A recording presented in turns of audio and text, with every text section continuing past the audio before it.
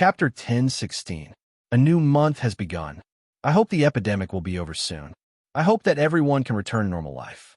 I also hope that Old Guan can keep updating this month. Finally, I need monthly votes and subscriptions. Firecrackers sounded as the New Year's Eve passed. The spring breeze brought warmth to Su. Thousands of families always exchanged new peaches for old charms on New Year's Eve. Year after year, there was this day every year. It was New Year's Eve again. Thousands of families gathered together. People from all over the country were having their New Year's Eve dinner in front of the TV. It was nothing more than a peaceful country. Such a life was exchanged with the efforts of several generations.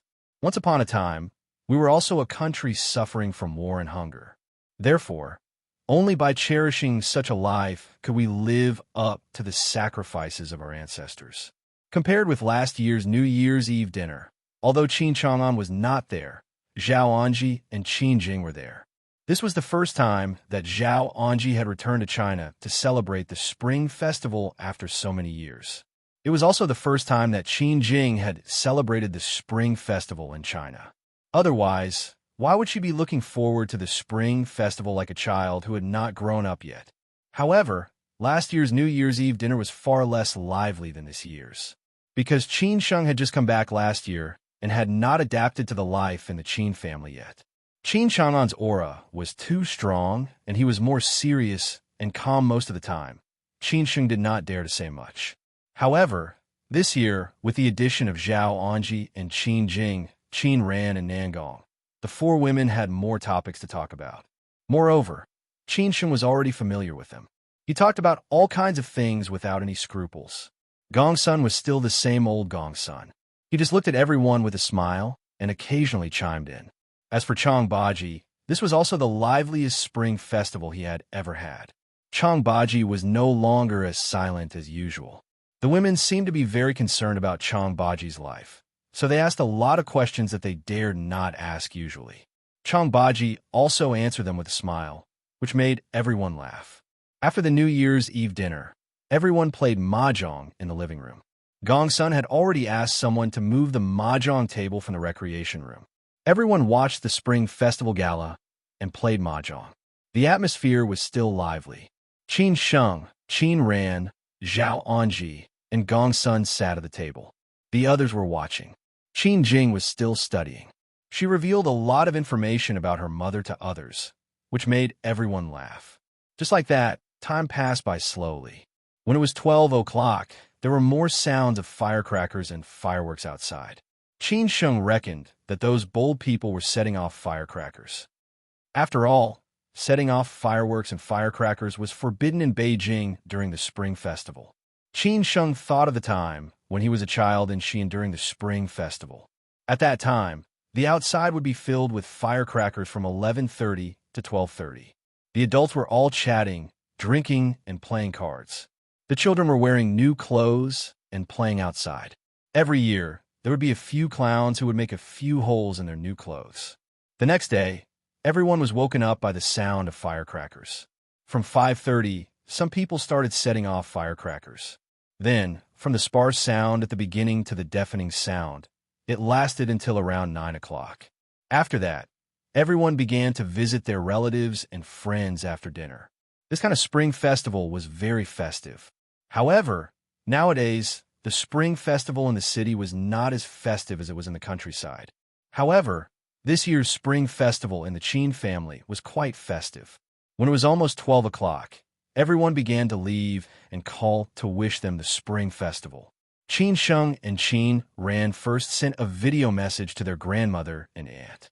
The old lady had already returned home 2 days ago. From the video, it could be seen that she was sitting on the sofa watching TV. A few children surrounded the old lady. Their cousins and sisters-in-law were also there. It looked very lively. "Grandma, Aunt, Happy New Year!" Qin Sheng and Qin Ran shouted at the same time. The old lady was grinning from ear to ear. She was wearing the new clothes that Qin Ran had bought for her. In fact, both Wu Yajun and Zhu Qingwen had bought new clothes for the old lady. However, the old lady liked the clothes that her granddaughter had bought for her. After that, Qin Sheng and Qin Ran called Zhu Qingwen and Zhu Changshun. As expected, Zhu Changshun, the youngest uncle, was not at home. As a person in high position, he would be busier at the end of the year. However, the Zhu family in Shanghai was quite lively. This year, their cousin, who was far away at the border, also came back for the Spring Festival. Their cousins, cousin-in-law, and Zhu Jiao were also there. In the end, Qin Sheng and Qin Ran only sent a message to their uncle, Zhu Weigua, to wish him a happy new year. After all, they were afraid that it would be inappropriate to call him. After that, Qin Sheng and Qin Ran went back to their rooms because they still had to call other people to wish them a happy new year. Of course, Qin Sheng called Song Ryu first. Just now, they had been chatting on WeChat. The Song family was also very lively. Qin Sheng deliberately asked if Song Husheng was there. Song Ryu said that it was impossible for him not to be at home. Then Qin Sheng asked her how they were going to get along. Song Ryu answered honestly and said nothing except for greeting Qin Sheng. After chatting with Song Ryu for a while, Qin Sheng asked her to call Old Master Song. He smiled and wished him a happy new year. Although he had to go to the Song family tomorrow, he could not do it tonight. After that, Qin Sheng wished Song Ryu's parents a happy new year before hanging up. After that, Qin Sheng sent a video call to Uncle Lin and Annie Wang. These days, he had called Uncle Lin and Annie Wang many times to ask about the preparations at home. He also asked how they to bring back a lot of New Year's goods. It seemed that Qin Sheng had not gone back for the Spring Festival since he graduated, and it was the same this year. Therefore, he felt somewhat guilty to Uncle Lin and Annie Wang. He could only bring Song Ryu back after he got married. Lin Shi and Wang Li chatted with Qin Sheng for a long time. Xin was no longer so resistant to Qin Sheng. They also said that Song Ryu had just called them to wish them the Spring Festival. This somewhat surprised Qin Sheng, but it seemed to be within his expectation. He reckoned that Song Ryu had already wished his grandmother and aunt the Spring Festival. After hanging up the phone, Qin Sheng called other people one after another to wish them a happy new year, including Jiang Xianbang and Xue Qingyan in Shanghai. Of course, Uncle Jiang had to wish them a happy new year. After all, Qinger was there. However, this year, they did not spend the Spring Festival in Shanghai. Instead, they went to Hong Kong and Macau. Perhaps they were afraid that it would be too boring in Shanghai, so Qin Sheng did not talk much with Jiang Xianbang. He mostly chatted with Qing. Naturally, Qin Sheng felt guilty that he could not accompany her for many years, so he could only say some nice words to her. When he called Xue Qingyan, it was simple. They chatted for a while and then hung up. They were not so polite to each other. Qin Sheng originally wanted to ask about Lin Su, but in the end, he thought that he would directly send a video call to Lin Su later. No matter what, he had to care more about Lin Su during the Spring Festival. After that, Qin Sheng also wished many people a Happy New Year. They were all elders. This was also a courtesy. In the end, Qin Sheng sent a video call to Lin Su. It should be daytime in Los Angeles, so it did not take long for Lin Su to answer the video call. In the video call, Lin Su was much fatter than before. After all, the child in her belly was already 5 or 6 months old. From the video call, Qin Sheng could see that the house over there was also decorated with a lot of New Year's things. It looked joyful and quite festive. Are you getting used to living there? Qin Sheng asked faintly. Lin Su lay on the sofa lazily and said, "There's nothing wrong with it. I used to live like this in England for several years. It was just a little boring. Fortunately, Lin Yu accompanied me and I made a lot of new friends. I also want to find something to do. Otherwise, I will only be left to gain weight. Don't bother. Wait until after you give birth to the child." Qin Sheng comforted her. Then he asked with concern, "How's the recent prenatal checkup? Is everything normal?" The child was Lin Su's biggest support now. Since she decided to give birth to this child, she had never regretted it. It did not matter whether she could return to Qin Sheng's side in the future. After saying what needed to be said, she asked, "Do you like boys or girls?" Qin Sheng smiled and said, "Boys and girls are the same." "I want to hear the truth," Lin Su said impatiently. Qin Sheng thought for a moment and said, "Girls." Hearing this, Lin Su could not help but laugh out loud. It seemed that all men liked little cotton-padded jackets. In fact, she quite liked girls. Everyone also said that with her and Qin Sheng's genes, whether it was a boy or a girl, they would be very good-looking and beautiful. Lin Su thought that if it was a beautiful little girl, it would be really great. She could be a hot mother in the future. After making these calls, it was already past 1 o'clock. At this time, Qin Sheng was also a little sleepy at this time, so he lay on the bed and prepared to sleep. Many things had happened in this year, but in the end, it had passed. The new year had arrived. What happened this year? Qin Sheng did not know, but he hoped that everything would go well in the new year. At noon on the first day of the first lunar month, Qin Sheng packed up his things and set off on time to the Song family Sihiyuan. He heard that many relatives and friends of the Song family had come today. In addition to the direct relatives, there were also many collateral relatives. They all came to see Qin Sheng, the son-in-law of the Song family, and to see who would marry the eldest miss of the Song family. Zhao Anji had already prepared gifts for the Song family, including gift for the Song family's old master, Song Ruyu's parents, Song Ruyu's uncle, and Song Ruyu's aunt. A total of 4 different gifts had been carried into the car. Chang Baji drove Qin Sheng to the Song family Sihiyuan. When they arrived at the entrance of the alley of the Song family Sihiyuan, Song Ryu was already waiting there, wearing the clothes that Qin Ran had bought for her before the Spring Festival. In addition, there were several people of the same generation of the Song family, most of whom were collateral relatives, whom Qin Sheng had never seen before. At this time, they greeted him politely. Chang Baji and the 2 bodyguards helped Qin Sheng move the gifts out, while the people of the same generation of the Song family helped Qin Sheng carry them into the Song family Sihiyuan. Before entering the Sihiyuan, Qin Sheng had already heard the laughter inside. It seemed that many people of the Song family had come today. He did not know whether Song Husheng was here today. Qin Sheng did not ask Song Ruyu. Even if Song Husheng was here, would he not come today? All the gifts were carried into the house next to the Sihiyuan. Qin Sheng followed Song Ruyu into the main hall of the Song family Sihiyuan. As soon as he entered the door, he did not see anyone else, but met Song Husheng, who was just about to come out. Was it not a coincidence? Enemies always meet. Qin Sheng and Song Husheng looked at each other, and the atmosphere seemed a little strange. Chapter 1017. Ever since old Master Song was hospitalized, the courtyard of the Song family had not been so lively.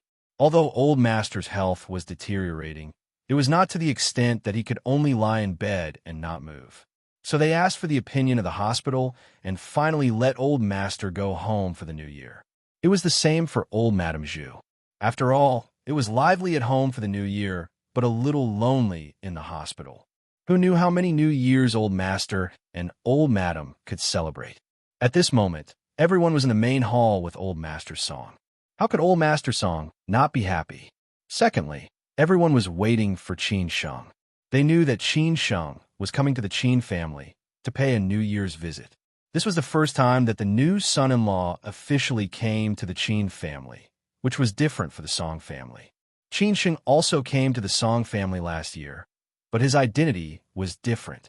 At that time, he and his sister Qin Ran came to visit the old master on behalf of the Qin family. Today, he just represented himself.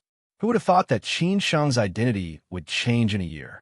Last year, he was just an ordinary person like most people. This year, he came as Song Ruyu's fiancé and the son-in-law of the Song family. This life was really interesting. At that time, few people would have thought that Song Ruyu and Qin Sheng would end up together. After all, Qin Sheng had disappeared for so many years. It only took Song Ruyu a year to meet Qin Sheng again and get together with him. However, at that time, Song Husheng did not have much opinion about Qin Sheng. Now, Qin Sheng and Song Husheng were more like incompatible enemies. Maybe because he knew that Qin Sheng was coming, Song Husheng prepared to go out and hide. He did not want to embarrass the Song family, nor did he want to embarrass himself. However, he did not expect to meet Qin Sheng, who was coming in just as he was preparing to go out. This was even more embarrassing. The two of them had not seen each other for months, but they met again in such an atmosphere. In the end, Song Husheng failed to stop Qin Sheng and Song Ruyu from getting engaged. However, Song Hushing also said that as long as they were not married, anything was possible. Qin Sheng was the first to come back to his senses. No matter what the reason was, Qin Sheng could only first. This was his attitude. So Qin Sheng smiled and said, "Brother." Since they were already engaged, Qin Sheng naturally had to call Song Hushing elder brother. No matter whether Song Hushing admitted it or not, it was a fact. If Qin Sheng did not call him elder brother, he would be unreasonable. At any time, unreasonable people would suffer losses, not to mention that they were in the Qin family now. Besides, Qin Sheng also wanted to ease the relationship between him and Song Hushing, which would make things difficult for Song Ruyu. The others also looked at Song Hushing and Qin Sheng. They also knew that the relationship between Qin Sheng and Song Hushing was not very good. Song Hushing did not respond. With a sneer and disdain on his face, he was ready to continue walking out. At this time, old Master Song snorted and said, "Where are you going?" "It's too hot in the room. I'm going out to get some fresh air," Song Hushing said without turning his head. Old Master Song said firmly, "Sit there." Since old Master Song had spoken, Song Hushing did not dare to disobey him. After all, so many people were here today. He did not want to let them be dissatisfied with him. After hesitating for a while, Song Hushing could only turn back and find a seat casually. He had no choice but to sit down. At this time, Qin Sheng walked in with Song Ruyu. He looked at old Master Song and hurriedly said, "Grandpa, Qin Sheng is here to wish you a happy and healthy new year." Old Master Song greeted Qin Sheng and said, Good, good, good. We've been waiting for you. Sit down, sit down." At this time, Qin Sheng looked at the other members of the Song family. They all greeted them politely and wished them a happy new year. They behaved as a junior should. No matter what they thought in their hearts, at least they were very kind to Qin Sheng at this moment, especially Song Ruyu's aunt. She was very kind to Qin Sheng. After all, the Qin family had asked her husband to do such a big favor. Otherwise, she would have been scolded by the old master. At this time, the atmosphere had returned to normal. Everyone began to ask Qin Sheng some questions at once, and Qin Sheng answered them truthfully. Song Wushuang just sat in front of Qin Sheng obediently, like a new daughter-in-law. Everyone was surprised by Song Wushuang's behavior. After a while, old Master Song went to rest. As soon as old Master Song left, Song Hushing directly got up and went out. The others were a little embarrassed, but Qin Sheng did not care. It would be surprising if Song Hushing could sit on the same bench with him. After all, he was the one who had thrown Song Hushing into the water. Song Ruyu's aunt said with a smile, "Qin Sheng, don't think too much. That's Hushing's character." Qin Sheng shook his head and said, "Aunt, it's nothing. We can solve our problem slowly." Song Ruyu's aunt said with satisfaction, "That's good." At this time, Song Ruyu's aunt took out the prepared red envelope and said, "The new son-in-law is here. This is the etiquette of the Song family. It's not much. It's just for luck. Don't mind it. Just take it." "Aunt, this." Qin Sheng looked at Song Ruyu and her parents. Song Ruyu's father smiled and said, "Take it. It's the rule." Qin Sheng had to take it. Of course, he did not forget to thank his aunt.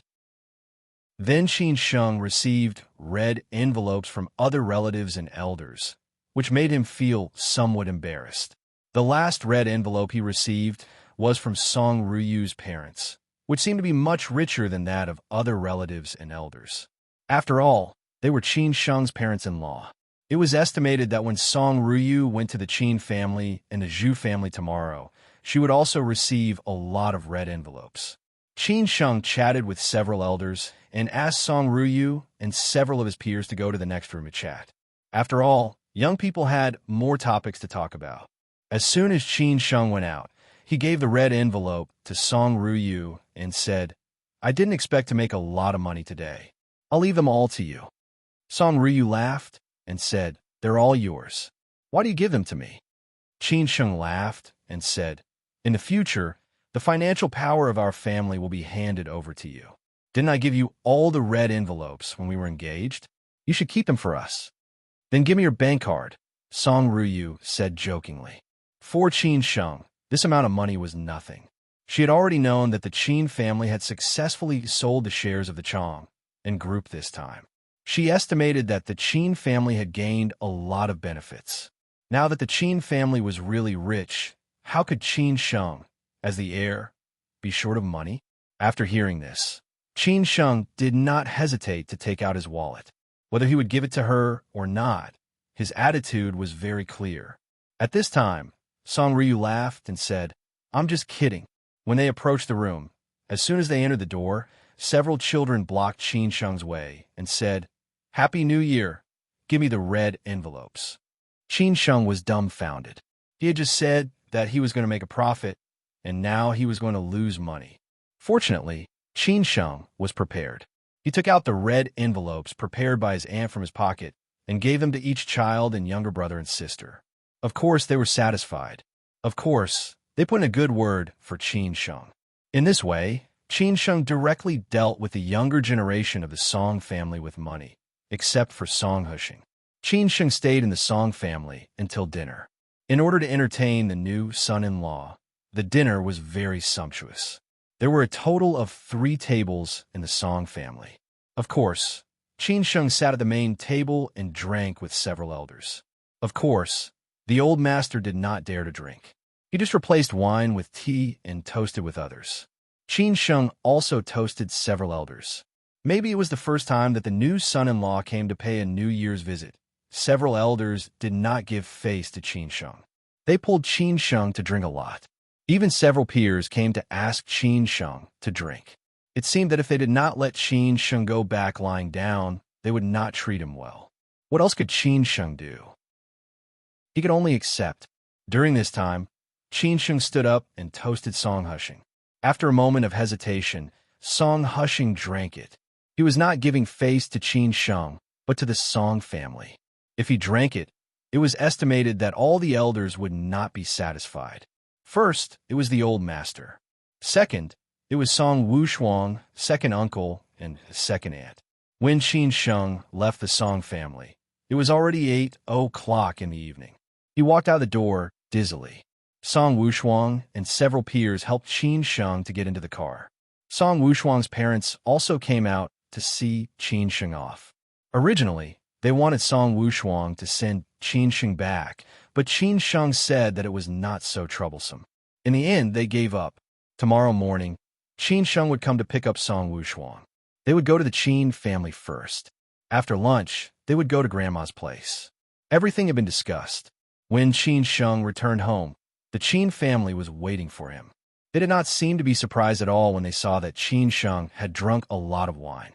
This also meant that everything went smoothly for Qin Sheng in the Song family today. There were no accidents. After asking about today's matters, they let Qin Sheng go to rest.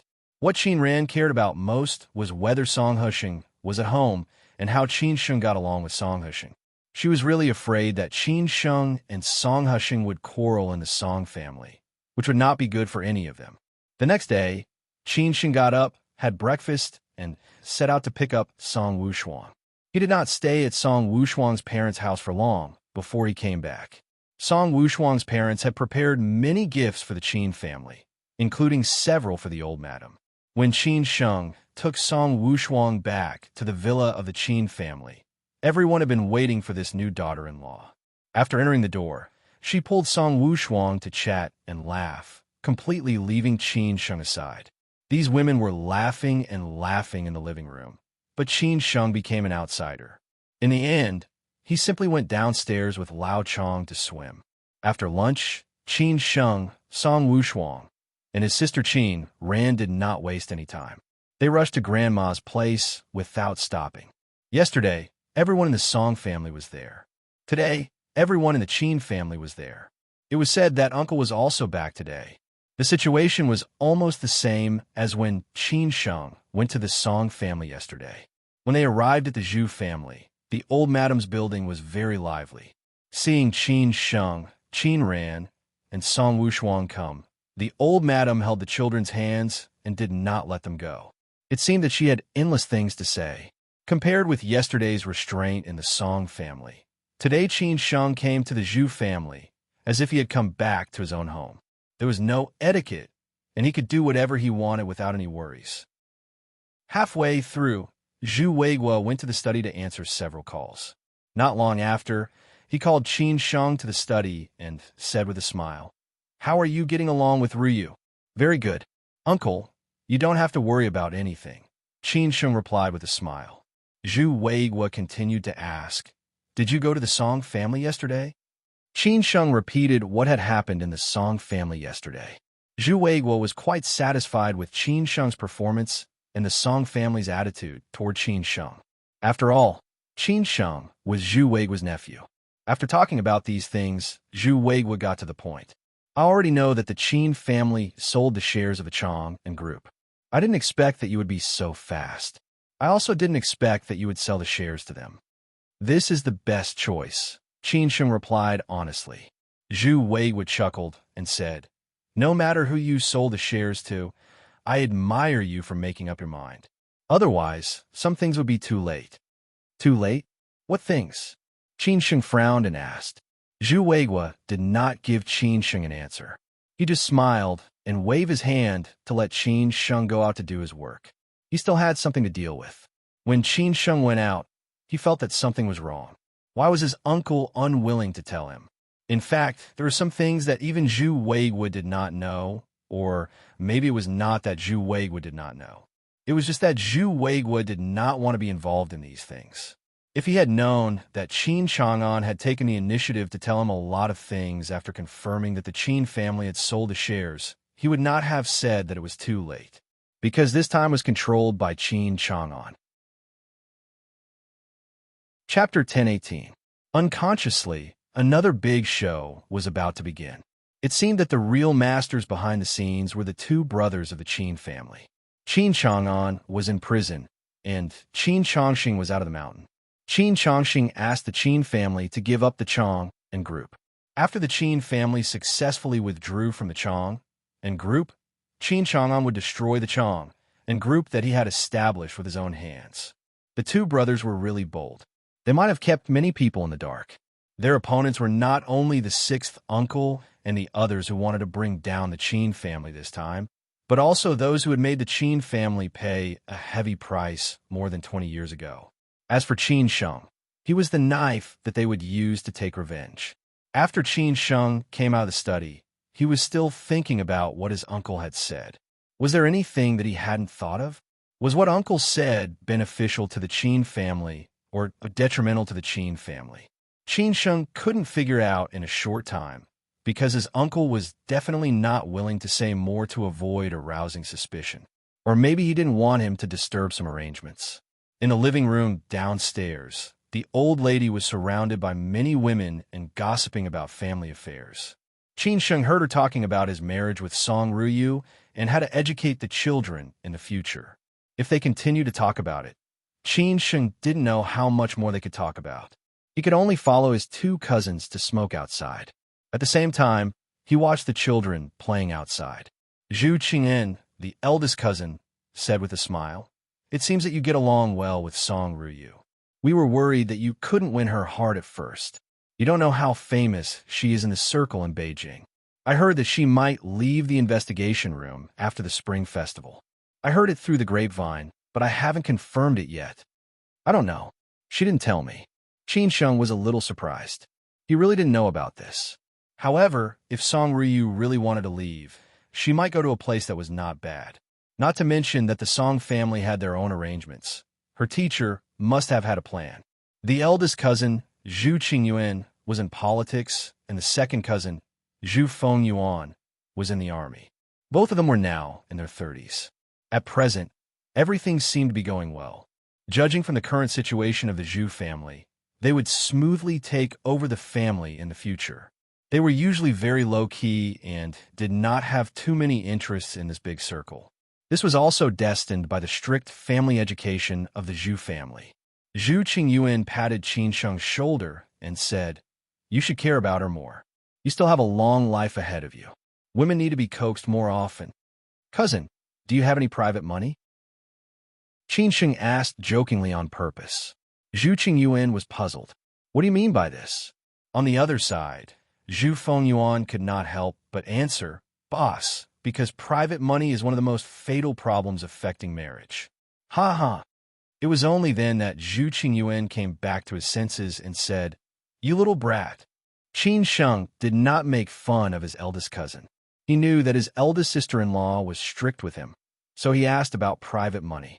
He turned to look at his second cousin, Zhu Fengyuan, and said, "Cousin, I heard that you were going to the Southern Theater of Operations." Zhu Fengyuan's resume could be said to be the standard resume nowadays. He graduated from a University of National Defense Technology and entered the Army. He started from the most basic troops and slowly gained experience. Then he entered the National Defense University for further study. Later, he was transferred to the command system. Now, he was going to the frontline troops in the Southern Theater of Operations. This kind of cross-service was the best way to train one's ability. "I'll go after the Spring Festival. I still prefer to stay in the underworld," Zhu Fengyuan said lightly. Qin Sheng said happily, "Then I wish you a bright future, cousin. Don't be so polite. We can't help you now, but when we get out, we will definitely not let you suffer any losses," Zhu Qingyuan said in a tone that was neither too light nor too heavy. The meaning of his words was very clear. Qin Sheng just smiled. The dinner was very lively. Everyone was crowded at a table. Although it was a little crowded, it was still very lively. In addition, several children were talking at once, which made everyone not know whether to laugh or cry. Qin Sheng accompanied his uncle and two cousins to drink some liquor. Unlike yesterday, when he was forced to drink by the Song family, the four of them drank a bottle of liquor and stopped. Not long after dinner, they left with Song Ruyu. His two cousins and their cousin-in-law walked them out. In the living room, the old lady was complaining. "You see, the two children are so compatible. They're getting along well now. But you still didn't agree to this marriage. Do you think our Sheng is not worthy of Ruyu, or Ruyu is not worthy of Sheng? Wu Yajun took the old lady's hand and said, "Mom, I didn't oppose this marriage. I think they are a good match. You saw what the two children said when they got engaged. Many of us were touched by what they said. We didn't know there were so many stories behind it. It seems that they really like each other. As long as the two children are happy." The old lady sighed. Zhu Weiguo wanted to say this, but he didn't dare to say it in the end. If he did, the old lady would be worried to death. He didn't want to get involved in this matter now. He just wanted to see how Qin Sheng would deal with it in the end. After all, it was his love. "Mom, you are the wisest. Everyone envies us for marrying such a good daughter-in-law." Zhu Weiguo followed the old lady's words. The old lady was so happy that she couldn't close her mouth. Song Ruyu and Qin Ran went directly to the Qin family. Tomorrow, they would go to Song Ruyu's uncle and aunt to pay New Year's greetings, so Qin Sheng didn't have to go directly to the Song family to pick her up. Moreover, Qin Sheng and Song Ruyu were now engaged. Even if they lived in the Qin family all the time, no one would say anything. After returning to the Qin family, Song Ruyu chatted with the women of the Qin family in the living room. Today, many people came to the Qin family to pay New Year's greetings, such as Zhao Anji's nephews and nieces. She would take Qin Jing to pay New Year's greetings to her uncle later. However, she didn't think that Qin Jing was close to her uncle. After all, they had only seen each other a few times in so many years. On the way, Qin ran to Qin Sheng and asked, "Qin Sheng, what did you talk to Uncle about at noon? I saw you coming out of the study, and you didn't look so good. Did Uncle scold you again?" Qin Ran didn't have a chance to ask Qin Sheng about it all day. When she came back, she took the same car with Qin Sheng and Song Ruyu. Now she finally had a chance to ask Qin Sheng. Any attitude and news from her uncle were very important to the Qin family. So when her uncle called Qin Sheng into the study, Qin Ran knew. Qin Sheng replied seriously, "Nothing much. Uncle just asked me about Ruyu and me and about the Qin family. I answered all of them truthfully." Qin Ran squinted and said, "Really? Sister, you don't believe me?" Of course, he also asked me when Ruyu and I will get married. I told him that the two families haven't discussed it yet. Uncle wants us to get married as soon as possible. I said it depends on the Song family. Uncle scolded me. Qin Sheng said half-truthfully. He really didn't want his sister to think too much. Otherwise, she wouldn't be able to sleep at night. Qin Ran finally believed him. She muttered, "After the new year, it's time to talk about your marriage." At that time, I'll ask First Ant and Small Ant to talk to the Song family. Qin Sheng thought for a while and said, I don't think it's urgent. Let's talk about our father's marriage after the new year. Otherwise, others will gossip. He had thought about this for a long time. He thought it was not appropriate for them to get married now. So he decided to wait. He thought the old man's marriage would come to an end this year. Qin Ran nodded silently and said, You're right. Let's talk about it after the old man's marriage. At this time, Qin Sheng was about to go downstairs to the gym. Qin Ran suddenly stopped him and said, By the way, there's one more thing I want to ask you. What is it? Seeing his sister's serious look, Qin Sheng replied. Qin Ran suddenly smiled maliciously and said, Will Ruyu stay in the same room with you tonight or go to the guest room alone? Sister, why do you ask me this? You can arrange it yourself. Qin Sheng was somewhat embarrassed. Qin Ran muttered a few words and said, Forget it. It's her first time to come to the Qin family. Just let her stay in the guest room, in case Ryu feels embarrassed. After saying this, Qin Ran directly turned around and left. At this time, Qin Ran looked at her sister's back in the distance and muttered to herself, Are you really my sister? In the evening, Qin Ran arranged for Song Ryu to stay in the guest room upstairs. However, they were on the same floor, so Song Ryu didn't say anything. Song Ryu didn't feel embarrassed to stay with Qin Sheng. Even so, she just felt a little embarrassed. Qin Ran had already prepared everything Song Ryu needed. She had prepared everything according to Song Ryu's daily needs. Song Ryu went back to her room, ready to wash up and go to bed. Moreover, it was a little late. Just then, someone knocked on the door.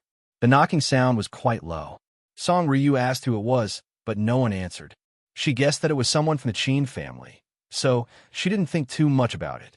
When she opened the door, she found that it was Qin Sheng in his pajamas.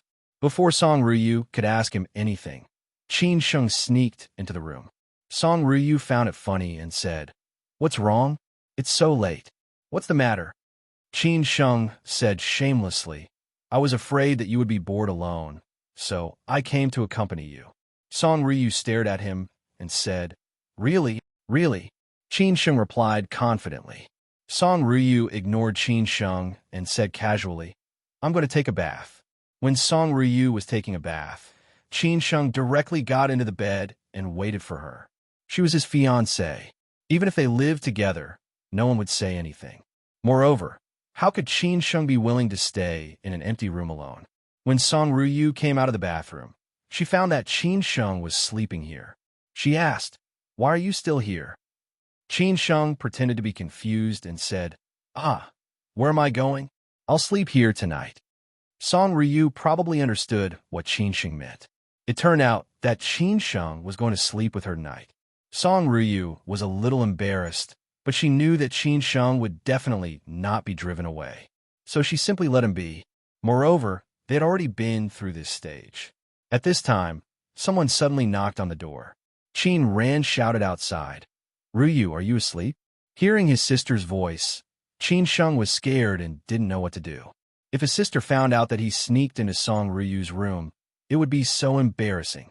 She would definitely tease him in the future. Song Ryu was also a little nervous. She couldn't face the other members of the Qin family.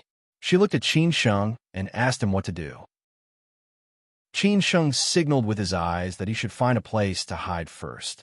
Song Ryu calmed Qin, ran down, and said, and then deliberately walked slowly to the door.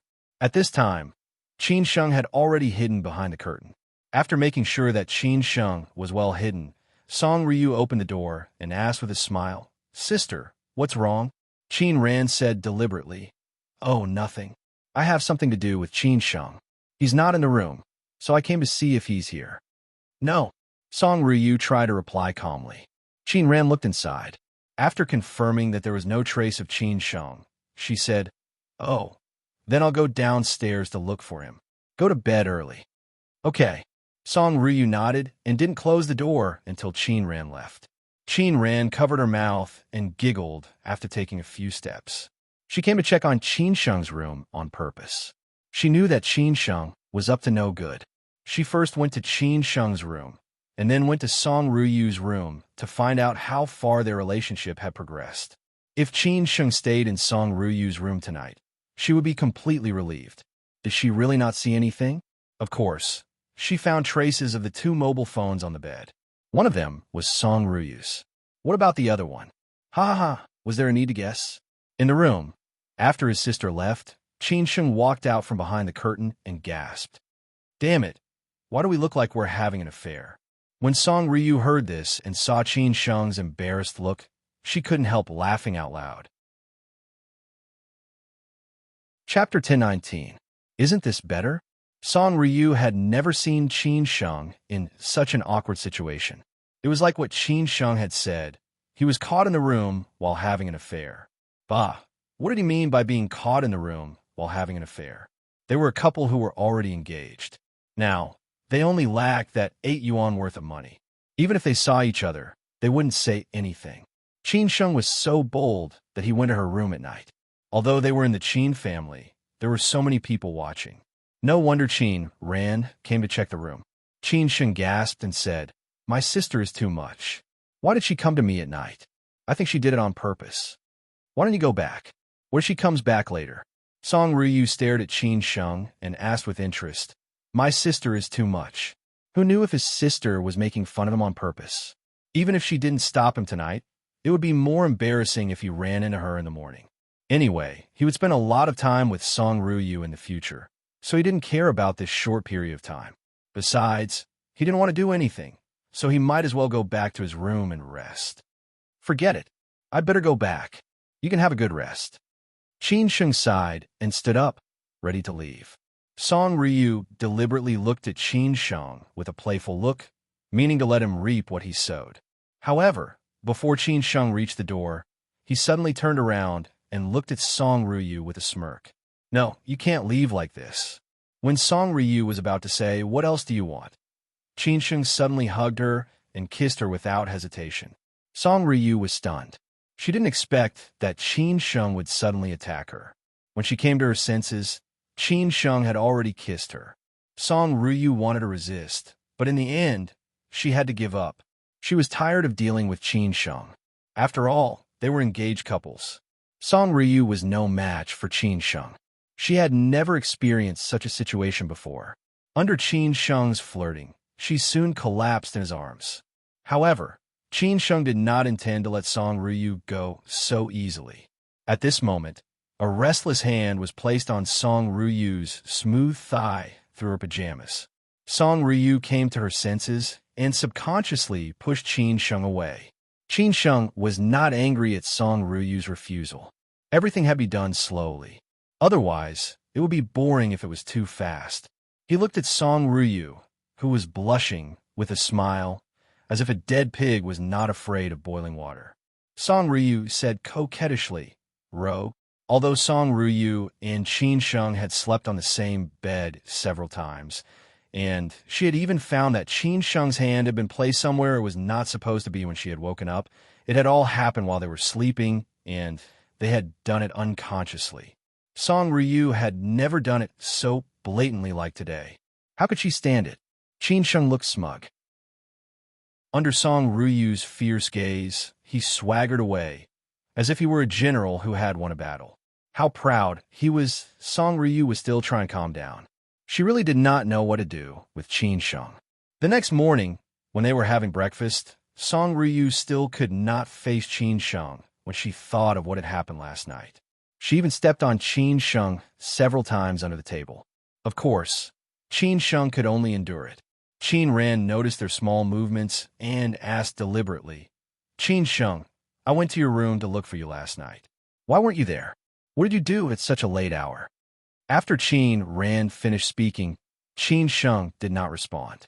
Song Ryu blushed first, as if her little secret had been discovered.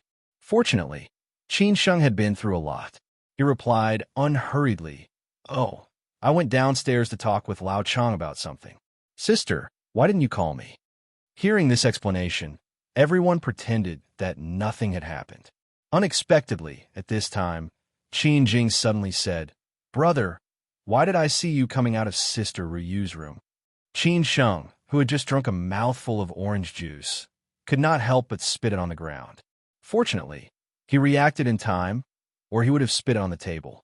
This time, Qin Sheng and Song Ruyu's little secret was completely exposed. Qin Sheng was too ashamed to stay here anymore. He had to say, "I'm full. You can continue eating." After saying this, Qin Sheng left Song Ruyu and directly ran away. How could this girl talk nonsense? Why did she say it out loud? After Qin Sheng left, Song Ruyu could not stay any longer. She conveniently said, "I'll go and see Qin Sheng." After Qin Sheng and Song Ruyu left the restaurant, Zhao Anji, Qin Ran, Nangong, and Gong Sun Lachong couldn't help laughing out loud. Only Qin Jing didn't understand what was going on. What a silly girl. In the garden outside, after Song Ryu caught up with Qin Sheng, she said angrily, "It's all your fault. How can I face everyone?" Qin Sheng held Song Ryu's hand and said, "Well, it's not a big deal. Don't overthink it." The two of them took a walk in the garden for a while. After Zhao Anji had prepared the things that she would prepare for Song Ryu's uncle and aunt, she called Qin Sheng and Song Ryu back. The two of them rested for a while and then set off. In the next few days, Qin Sheng almost paid New Year's greetings to the elders. In addition to the relatives of the Qin, Song, and Zhu families, Qin Sheng also had to pay New Year's greetings to the Qin family. These people were all family friends of the Qin family, who had helped the Qin family a lot this time. It would be too deliberate if he paid New Year's greetings on normal days, for fear that others would be worried and avoid meeting him. It was more reasonable to go during the Spring Festival. On the fourth day of the Lunar New Year, Zhu Qingwen brought all the members of the Zhu family from Shanghai to Beijing to pay New Year's greetings to the old lady. In the past, the old lady used to spend the Spring Festival in Shanghai. They were not used to it when she suddenly spent the Spring Festival in Beijing. Most importantly, they had to come to Beijing. Zhu Changshun didn't come because of his work. The more the whole country celebrated, the more the people in high positions should care about the ordinary people at the bottom and the public servants who were on duty during the Spring Festival. At this time, the Zhu family was even more lively. The whole Zhu family was a bit full. In the end, they booked 2 tables of dinner in a restaurant near the community. Zhu Weiguo had left Beijing for a long time, so except for Zhu Qingwen and Wu Yajun, these juniors were all there. Qin Sheng, Song Ryu, and Qin Ran also came. Zhu Qingwen asked them to come. The whole family spent another lively day. On the 6th day of the Lunar New Year, Qin Sheng went to visit the old master of the He family. This time, the old master of the He family played an indispensable role in the successful sale of the Qin family's shares and the completion of such an important step. Without the cooperation of the old master of the He family, it was impossible for the Qin family to let the 6th uncle take the bait. Maybe because of the Spring Festival, old master he didn't spend the Spring Festival in his Sahiyuan. Instead, he spent the Spring Festival in a villa in Xiangshan. The He family's villa was not far from the Qin family's villa, but it occupied a much larger area than the Qin family's villa. It could be seen that the He family was also rich and powerful. Maybe it was because the He family was prosperous. Apart from old master He, Qin Sheng also got to know old master He's 3 sons and 2 daughters this time. Old master He really had a lot of children, including the 3rd and 4th generations of the He family. It could be seen how many people there were in the He family. It was no wonder that the He family was deeply rooted in Siju City. Qin Sheng reckoned that they probably had many connections through marriage. Qin Sheng didn't talk much with the other He family members. After staying in the living room for a while, he was called into the tea room by old master He. The other He family members didn't care about the He family and the Qin family, so they didn't have much interaction with the Qin family. After old master He sat down, he smiled and said, "Your first uncle didn't come back for the Spring Festival? Old master, you must know better than me. How can my first uncle come back at this time?" Qin Sheng replied in a low voice. Old master He said faintly, "You're right. It's not the right time yet. Something big might happen next." "What do you mean, old master?" Qin Sheng was a little confused. "Old master," he said thoughtfully, "don't tell me you don't know about this news." "What news?" Qin Sheng frowned and asked. Old master He stared at Qin Sheng for a while, making sure that Qin Sheng didn't seem to be lying. Finally, he said slowly, "I heard it from my old friend. Before the Spring Festival, your father told them a lot of things which involve a lot of people. So after the spring festival, there might be some news about the Chong and department and your father." Hearing this news, Qin Sheng was shocked. He really didn't know about this news. Before the spring festival, when he and his sister went to see Old Master, the old man, didn't say anything. He only knew that they had sold the Chong and department successfully. As for who they had sold it to, Old Master, he didn't even ask. It was Qin Sheng who told him about it. At that time, he thought that Old Master he would scold him, saying that Qin Sheng didn't have a backbone. He would sell it to anyone but sixth uncle. Wasn't this the same as surrendering? However, Old Master didn't say anything. He still answered calmly that he got it. Qin Sheng and Qin Ren couldn't guess what was on his mind at all. Who would have thought that he would hear this news now? How could Qin Sheng not be shocked? "What news?" Qin Sheng asked subconsciously. Old Master, he let out a long sigh and said, "How would I know? If I wasn't sure that you didn't know this news, I would have suspected that this was a long-term plan of the Qin family. Your first uncle suddenly came out. After you met him, you decided to sell the Chong and department's shares to sixth uncle. After the Qin family successfully got out of the Chong and department, your father suddenly told them a lot of things which put the Chong and department and the Qin family in the limelight again. Don't you think it's related?" After Qin Sheng heard this, if he were an outsider, he would also think that it was related. "We really don't know," Qin Sheng said after he came to his senses. He seemed to understand what his uncle had said some time ago, but it seemed to be a little contradictory. Old Mister, he continued, "I learned about it last night. I'm sure that only a few people know about it. That old friend of mine also knew that I was interested in the Chong and group and was afraid that I would be involved in it. So he asked me about it. He didn't say anything directly. I just guessed it." Old Mister, he continued, "If it's true, then there will definitely be a big movement after the spring festival." Fortunately, the Qin family withdrew from it, Qin Sheng said quietly. He had to go back and discuss this with his aunt. Old Master, he said faintly, "I already know that sixth uncle and the others are supported by Elder Long. I'm afraid that this time, sixth uncle and Elder Long are all involved. At that time, they will be desperate and do something, so you have to be prepared." The Qin family already knew the source of sixth uncle's funds, which was also told by Old Long. However, no matter where the funds came from, the Qin family's decision could not be changed. Now hearing this news, Qin Sheng was not worried at all. Instead, he was somewhat happy. He snorted and said, "Isn't it better?" Chapter 10:20. Begging for subscriptions and monthly tickets. Please don't be stingy. Since the Qin family and the He family knew that Elder Long was the supporter behind Uncle Six, they had been keeping a close eye on him. Moreover, when the Qin family and Uncle Six went through the acquisition, they could also find out the background of some replacement companies. As long as they followed the clues, they could find out that some of the acquisition funds came from Elder Long otherwise. No matter how capable Uncle Six was, it would be hard for him to raise such a large amount of funds in a short time. Moreover, it would definitely alarm the capital circle. After hearing Mr. He's analysis, even Qin Sheng had to guess whether there was a connection between Uncle Six and Elder Long. If there was no connection, how could these two things be so coincidental? As Mr. He said, Uncle Six suggested the Qin family to give up the Chong and group. After the Qin family successfully withdrew, Elder Long took the initiative to tell him many things about the Chong and group. Obviously, he wanted to destroy the Chong and group by himself. But did they know that Elder Long, the sworn enemy of the Qin family, appeared? If he didn't know, then it could only be said that it was a coincidence that both sixth uncle and Elder Long were involved in this, and Elder Long deserved it. It was his fault for not giving up on destroying the Qin clan. As long as Elder Long didn't make a move, how could this have happened?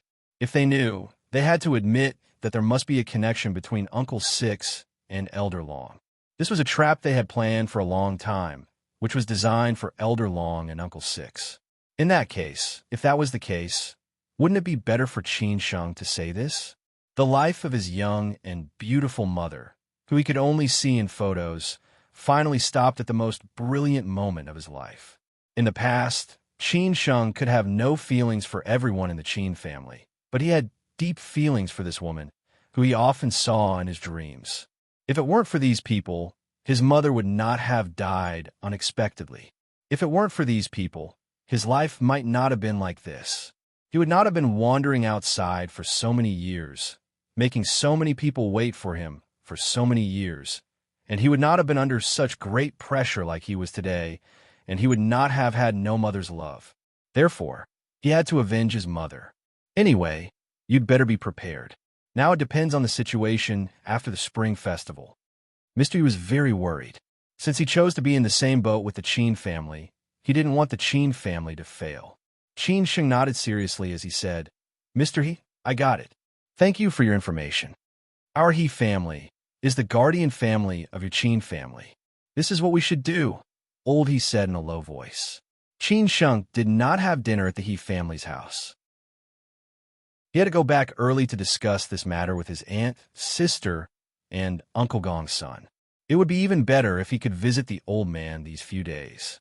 No one had expected that there would be undercurrents behind this peaceful spring festival.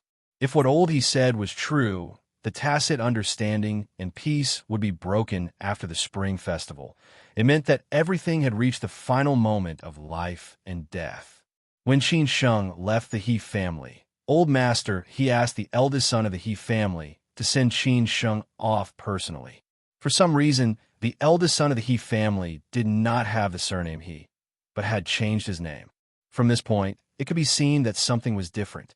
Qin Sheng already knew the identity of the eldest son of the He family.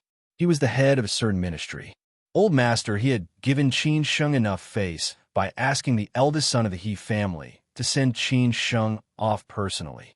The second son of the He family came from a scientific research background. He was not only in charge of a certain research institute in China aviation industry. He was also an academician of the Chinese Academy of Engineering and held a position in the Commission of Science, Technology, and Industry for National Defense. Old Master, he valued and appreciated him relatively. He felt even more sorry for his son who worked day and night. It was just that Qin Sheng did not see him today. The third son of the He family should be said to be the heir that Old Master had carefully cultivated. Now, he was also in charge of the He family business. However, he was not engaged in proper work and only knew how to have fun outside. He had already divorced twice. Old Master, he was disappointed that he did not live up to his expectations. However, as long as he did not stray from the right path, it would be fine. The eldest daughter of the He family had some power in the entertainment and film circles. She had invested in 2 film companies and a management company. She was considered a big shot in the circle. However, in the eyes of Old Master she was not engaged in proper work. After all, the eldest daughter liked that circle. Old Master, he did not care about her. The eldest son-in-law of the He family, who was also the husband of the eldest daughter, held a position in the He family business. Now, he was the president of the family business. Usually, he was also in charge of the He family business. Otherwise, Old Master, he would have died of anger long ago. The second daughter of the He family walked the path of art. She was a professor at the Central Academy of Fine Arts. She was considered one of the more successful female artists in the country. She knew many big shots in the art circle. What she liked most was to hold art exhibitions and collect all kinds of treasures from famous artists. Some time ago, she bought the former residence of Van Gogh in Europe. It could be seen how obsessed she was with art. The second son-in-law of the He family also walked the path of official career. Now, he was in charge of a provincial capital city in the south. He could be considered as the furthest official career after the eldest son of the He family. This was also because the second son-in-law's family background was not simple. Relatively speaking, the He family did not help much. On the contrary, the second son-in-law's family had helped the He family a lot. As for the third generation of the He family, they were even more flourishing. They had developed in all aspects. They were the real future of the He family. Old Master, he had been especially strict with them since they were young. Now, most of them were married and had children. Under the pressure of the He family, many chose to marry into the He family. Therefore, today, the He family had weaved a huge network of interests.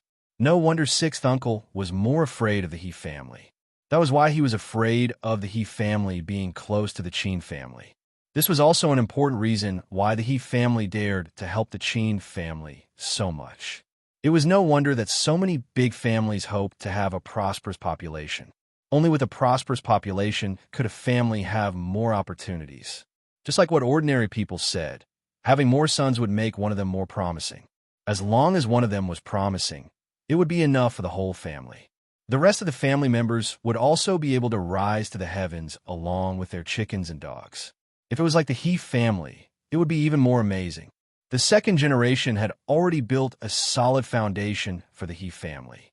As long as the third and fourth generations continued to move forward according to the path their parents had paved for them, sooner or later they would have achievements in their fields and eventually support the whole He family.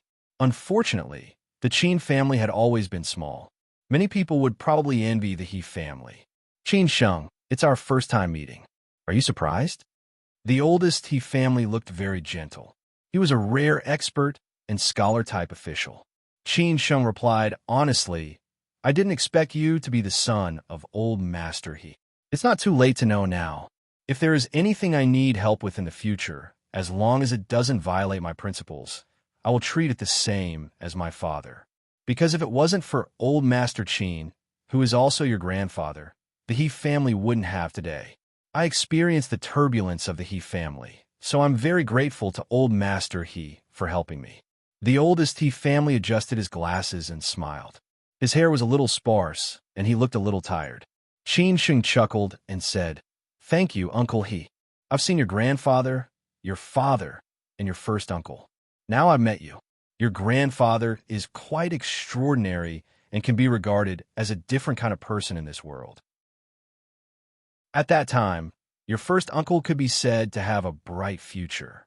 If it wasn't for that incident, his achievements might not be lower than mine. As for your father, he was a very ambitious man. Although we didn't meet, I knew the track of the Chong and people. The oldest He family said casually, but it seemed that he was recalling the past. Qin Sheng didn't know what to say. He could only listen quietly. The oldest He family continued, You are different from them, but you have their temperament. I hope you can continue the glory of the Qin family in the future. I will, Qin Sheng said in a loud and clear voice. At this time, they arrived at the gate. Chong Baji also drove the car over. The oldest He family watched Qin Sheng get in the car and leave before he went back. They didn't get involved in the affairs of the older generation. They were more concerned about how far the He family could go in the future. The third generation of the He family had already grown up, and the third generation of the He family was also growing up slowly. They didn't know if the He family could have a real king after 2 generations of effort. No matter which family it was, as long as they were in Sijio City, who would be willing to be crushed by the wheel of history, who would not be willing to stand on the top of the Forbidden City. However, so many years had passed. How many people stood on the top of the Forbidden City? Most of them were nothing more than cannon fodder. But there were still many families who came one after another. Even if there was a glimmer of hope, they were not willing to miss it. When Qin Sheng returned to the Qin family, Zhao Anji was a little surprised. Why did Qin Sheng come back so early today? He should have come back after dinner at the He family. Did the He family not ask him to stay for dinner? Or did they have something else to do? Song Ryu had already returned to the Song family. It was not good for her to stay in the Qin family all the time. Although his parents didn't say anything, they must have thought that Qin Sheng had abandoned them before he was married. After all, they only had one daughter, and there was no one at home during the spring festival. Zhao Anji asked, Sheng-er, why did you come back so early? Where's my sister? Qin Sheng asked directly. Seeing Qin Sheng's serious expression, Zhao Anji was surprised and said, Your sister went to watch a movie with Yaya. What's wrong with you? Qin Sheng didn't answer directly. He just said, Let's wait for my sister to come back. Zhao Anji didn't think much about it and went to do her own things. At 8:00 in the evening, when Qin Ran and Qin Jing came back, Qin Sheng directly called his aunt, sister, and Uncle Gong's son to the study upstairs. The 3 of them looked at each other and didn't know what had happened. Why was Qin Sheng so mysterious? Besides, since the Qin family had successfully completed the acquisition, it seemed that nothing big had happened. What was wrong with Qin Sheng? At the same time, the news that old master he mentioned also spread like wildfire. After all, these big shots who could sit at the table were not ordinary people. If they did not have such connections, they would have long been eaten up by others without even a single bone left in them. Therefore, Uncle Liu also got the news, which made him break out in a cold sweat. It didn't occur to him that the Qin family's killing move would suddenly appear. Chapter 1021. Sijio City was originally a big net woven by power. Everyone was deeply involved in it and could not extricate themselves. No matter how big the net was, it was woven by these people with power. Each grid on the big net might be a family. No one could explain the intricate interpersonal relationships clearly. In the end, there would always be loopholes. As long as you stood at a high enough level, as long as your social resources were strong enough, even the most confidential information would eventually be leaked. After all, everything depended on human effort. As long as you were human, you would be born with loopholes. After all, humans were animals with 7 emotions and 6 desires. Not everyone could be as calm as a rock. Examples could be found everywhere in these years. The situation did not change until the current anti-corruption efforts were intensified. However, there were still many people who took risks out of desperation. Because they might have problems and would die either way, they could only choose a path with a higher probability of survival to gamble. Some people thought that human relationships were more important than principles. The study room of the Qin family was almost empty. It was only after Qin Sheng and the others moved here that they bought some things. Qin Chang'an rarely stayed here. It was unknown whether he bought it for investment or for other purposes. The biggest ornament in the study room was a finely carved Fergana horse of the same scale, which looked valiant and formidable. Zhao Anji finally could not help asking, "Shenger, what happened? Don't keep us guessing." Qin Sheng called Zhao Anji. Qin ran and Gong Sun into the study in such a hurry. No one would believe that there was nothing wrong. Qin Sheng said in a low voice, "Annie's sister, Uncle Gong Sun, I went to visit Senior He today. He told me a piece of news. He said that before the spring festival, my father explained a lot of things inside, which might affect the whole situation." After hearing this news, the few people who were calm a second ago changed their expressions in an instant. No one spoke for a while. Maybe they were thinking about the truth of this news and its impact. This news was really shocking. What? Is he crazy? We worked so hard to open up the situation. Why'd he do this?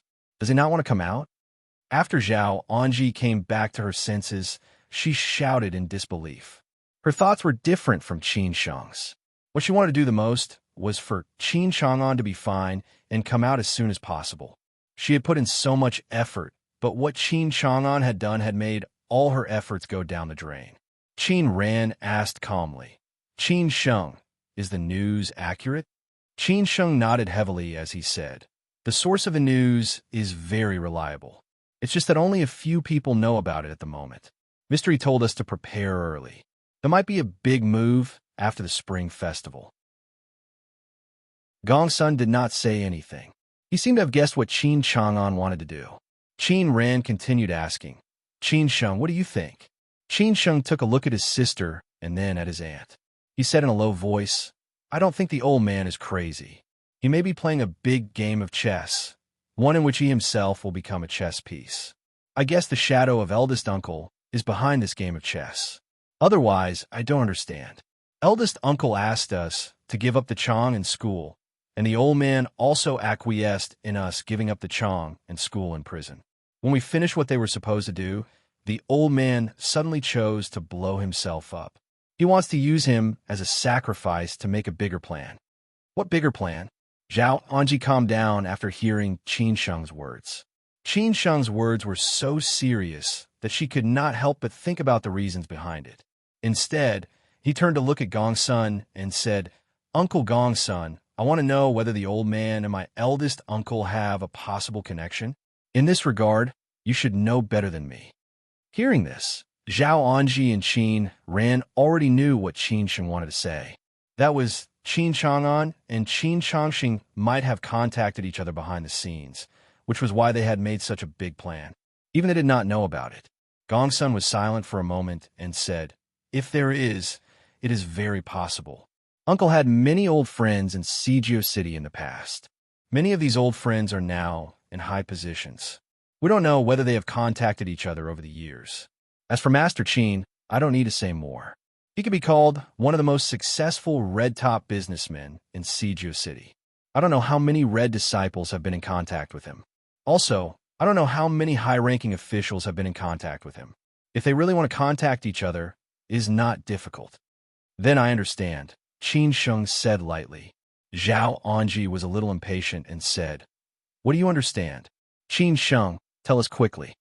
Qin Sheng stared at his aunt and sister very seriously and said, "Aunt, sister, you have to be mentally prepared. The real battle of our Qin family may just start. This is the real plan of the old man and eldest uncle." Qin Ran squinted and asked, "What plan?" Qin Sheng said unhurriedly, "Revenge. Revenge for what happened more than 20 years ago. Revenge for our mother and the Qin family." Revenge. After hearing Qin Sheng's words, Zhao Anji and Qin Ran were shocked. Obviously, they did not dare to believe it. They stared at Qin Sheng, dumbfounded, and seemed to be unable to react. As for Gong Sun, he had guessed it long ago, because he knew that Elder Long had appeared. Then combining these things that had happened later and what Qin Sheng had said today, he could figure it out after a little thinking. Qin Sheng explained in a hurry. Elder Long, the mortal enemy of the Qin family, appeared. Those families besieged the Qin family because of Elder Long's support. Now, the reason why Sixth Uncle is so unscrupulous against the Qin family is that Elder Long is behind them. Some time ago, our backyard was in trouble because Sixth Uncle and Elder Long supported Song Shixin and Heyong, so they were not afraid. Even part of the money that Sixth Uncle and Elder Long used to buy the Qin family shares was provided by Elder Long. I already knew about this, but I did not tell you because I did not want you to worry. Now I guess that the old man and eldest uncle should have known about this long ago, so they set up this trap to make Elder Long and Sixth Uncle fall into the pit at once. Qin Sheng had a lot of information, so Qin Ran and Zhao Anji could not react for a while. At first, I just guessed from my uncle that the Chang'an school is a time bomb, and the Qin family will explode sooner or later. So I chose to give up the Chang in school and throw it to Sixth Uncle and Elder Long. As for why they want to take it over, I guess they want to cut off one of our arms so that they can also get the benefits they want. Now I still think that the Chang in school is a time bomb, but the remote control is in the hands of the Qin family. Now the old man and his family are doing this for revenge. The more Qin Sheng said, the more he understood the logic behind it. Zhao Anji murmured to herself, "Why do they do this? As long as the Qin family is safe, why not? It has been more than 20 years. We should let it go. Should we continue?" He had to avenge his mother's death. Qin Sheng gnashed his teeth and said, "Auntie, I have to take revenge, so I support my father and eldest uncle's plan." Qin Ran was a little worried. "Qin Sheng, if you really want to do this, we should be careful," Qin Sheng said quietly. "In fact, these are just speculations. They said that we are still very safe, but when that time comes, we will really be in danger," Qin Sheng said quietly. At this time, Gong Sun asked, "Young master, what do you think we should do? Ask the others to come back before the 10th day of the new year. We pretend to be calm, but in fact, we need to be careful." "Let's talk about it later," Qin Sheng said. After hearing that, Gong Sun left to make arrangements. At this time, Qin Sheng walked to Zhao Anji and said, "Annie, things are different now. In fact, you don't need to worry about anything. I will protect you and Yaya." Zhao Anji let out a long sigh and said, "Well, I don't care. I'm already old. I'm just worried about you." Qin Sheng said in a low voice, "We will be careful." Since the Qin family knew the news, Sixth Uncle must have also heard the news. Otherwise, he would not be the Sixth Uncle. Otherwise, how could he dare to take the Chang and school as a time bomb? After Sixth Uncle broke out in a cold sweat, he immediately called Zhe Yuan and the eldest brother of the Su family over. Now that the three families were in the same boat, no matter what happened, they would share honor and disgrace. Now such a big thing Sixth uncle was afraid that he would not think it through, so he could only discuss it with these two families. When Zhe Yuan and the Su family's eldest son arrived in front of sixth uncle, before they could greet sixth uncle and greet him, sixth uncle directly told them about this matter. The two of them didn't have much of a reaction after hearing it. They weren't as shocked as sixth uncle. Aha! Qin Chang'an couldn't take it anymore and took the initiative to confess. Isn't that better? It saves us the trouble of doing it, the eldest brother of the Su family said disapprovingly. He thought it was something serious, so he drank tea and said proudly, because the Chang'an school would make a series of big moves and the Su family would benefit a lot. On the contrary, Zhe Yuan was very calm and said, Qin Chang'an took the initiative to confess? Why did he take the initiative to confess? I think it is a bit complicated. Why don't we check it out and see what he said? Sixth uncle did not expect them to be so calm, so he slapped the table and said, You are really stupid. Don't you think about why Qin Chang'an chose to confess after the Qin family successfully completed the acquisition? What he said was all about the Chang'an school, not his own. At this time, the eldest brother of the Su family and Zhe Yuan understood. They were instantly stunned, just like sixth uncle when he heard the news. Sixth uncle, do you mean that Qin Chang'an came for us? Zhe Yuan directly stood up and said. Sixth uncle asked, What do you think? Qin Chang'an is courting death. Does he want to die? The eldest brother of the Su family questioned. Zhe Yuan did not want to talk nonsense. He directly looked at sixth uncle and said, Sixth uncle, what should we do now? Do we need to submit the things we have prepared? Qin Chang'an is dead now, and we will let him die without a burial place. Sixth uncle thought carefully and made a decision. Don't be anxious. At present, we need to figure out what Qin Chang'an said and how much of it is disadvantageous to us. If it is really disadvantageous to us, we can bargain with the Qin family. Zhe Yuan shook his head and sighed bitterly. Qin Chang'an has been running the Chang in school for so many years, and he knows too many things. We are in a passive position. Sixth uncle squinted and said, This is also the reason why we have to take control of the Chang in school. Only in this way can we turn passivity into initiative. Qin Chang'an's sudden self-explosion made everyone nervous, but no one knew what Qin Chang'an had said. Chapter 10:22. In the past, the Qin family was always in the light, while the sixth uncle was in the dark. Everyone thought that the sixth uncle was the reason why Qin Chang'an was in trouble. If they hadn't betrayed Qin Chang'an wouldn't have fallen from grace. After all, Qin Chang'an was capable enough to protect himself. Now, the Qin family finally had a chance to fight back. Since you want to control the Chang and system, we'll give it to you. You can't blame anyone for what you have done. Although the sixth uncle and the others knew the news and realized how serious it was, what could they do? Qin Chang'an's case was being investigated by several people in charge of the Joint Investigation Group. Whoever dared to touch these people would be courting death. But how could they know what information Qin Chang'an had told them, so that they could be prepared? This was a bit of a headache. At this time, the eldest brother of the Su family said thoughtfully, Sixth brother, do you think we can figure out what Qin Chang'an told us through Elder Long? Elder Long is very powerful. If we don't use it now, when will we? The eldest brother of the Su family was right. Since Elder Long used them as a tool, both sides took what they needed. Now it was time for Elder Long to do something. Otherwise, they would try their best to help the Qin family, but Elder Long wouldn't do anything for them. Although they had spent a lot of money to buy the shares of the Qin family, the shares of the Qin family were worth real money. In the future, Elder Long would just sit back and wait for the dividends. I guess Elder Long isn't interested in this matter. Even if Qin Chang'an has a purpose, he must be targeting us. He only cares about how to destroy the Qin family, the sixth uncle said after careful consideration. He couldn't ask Elder Long to do too much. Moreover, this matter was too risky. It was very likely that Elder Long would be exposed, so Elder Long might not agree. Zhe Yuan snorted and said, Why not? If Qin Chang'an is targeting us, he can't get away with it if anything happens to the Chang and system. We didn't lend him the money, but he invested it in the Chang and system. I don't believe that he is so capable that he doesn't care about such a large amount of money.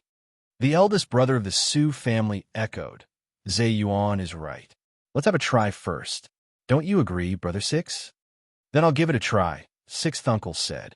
At this time, the eldest brother of the Su family said, Do you think this is a conspiracy set up by the Qin family? In the beginning, they sold their shares to us on purpose. Later, Qin Chang'an took the initiative to tell us what to do. If this is the case, I increasingly feel that they are targeting us. The Qin family is playing a big game of chess.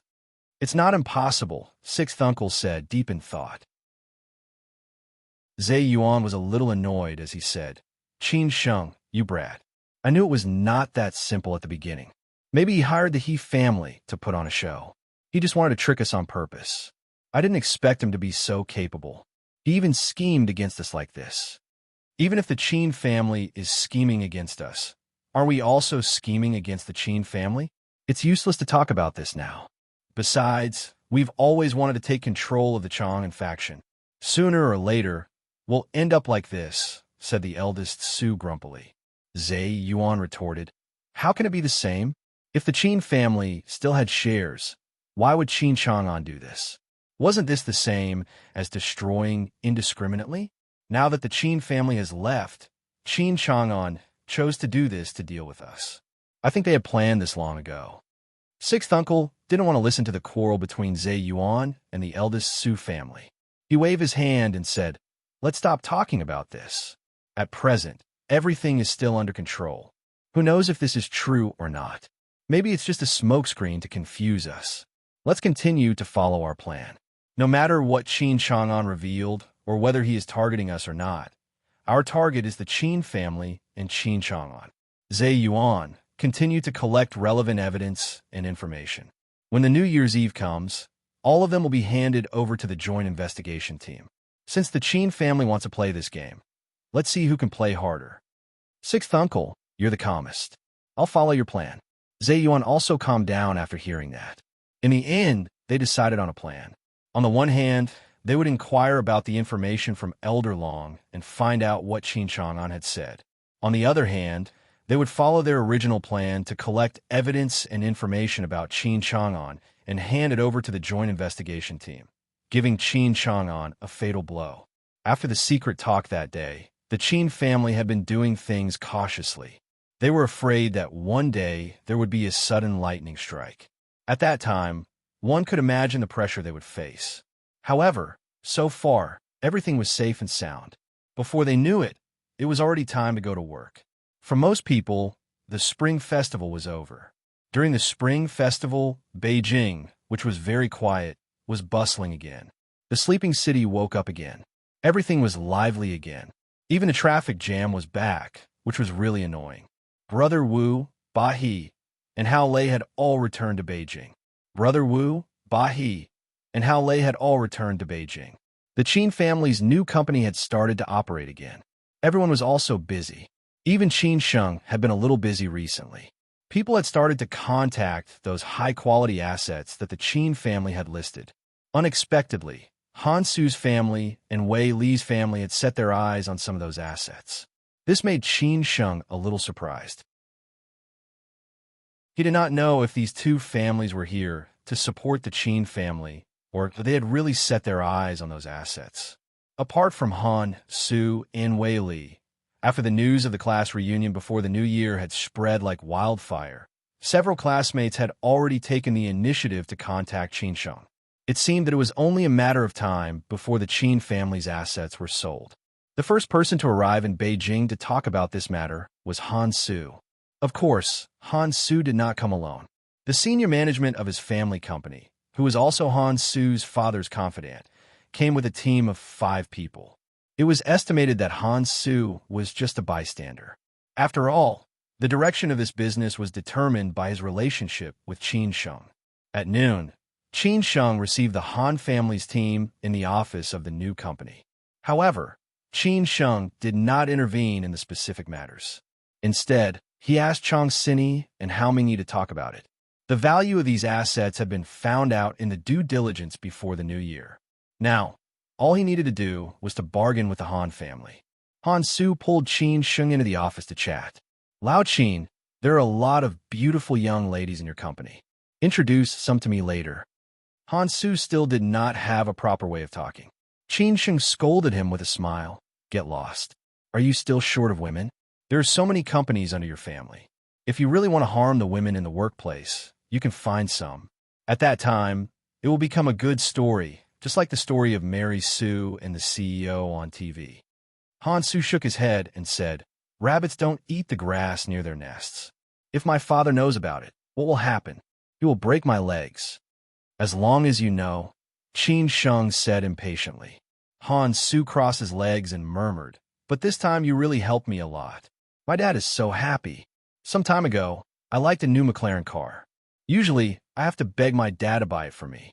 This time, my dad bought it without hesitation. It's so generous. Han Su smiled and said, You've done me a big favor this time. Why did you buy so many cars? It's better to keep a low profile. Qin Sheng said helplessly. Han Su continued, What do you mean? A man's love for cars is like a woman's love for beautiful clothes. Besides, my father works so hard to earn money. If I don't work hard to spend money, how can I face him? I guess he won't even have the motivation to earn money. Am I right? Han Su's crooked reasoning completely conquered Qin Sheng.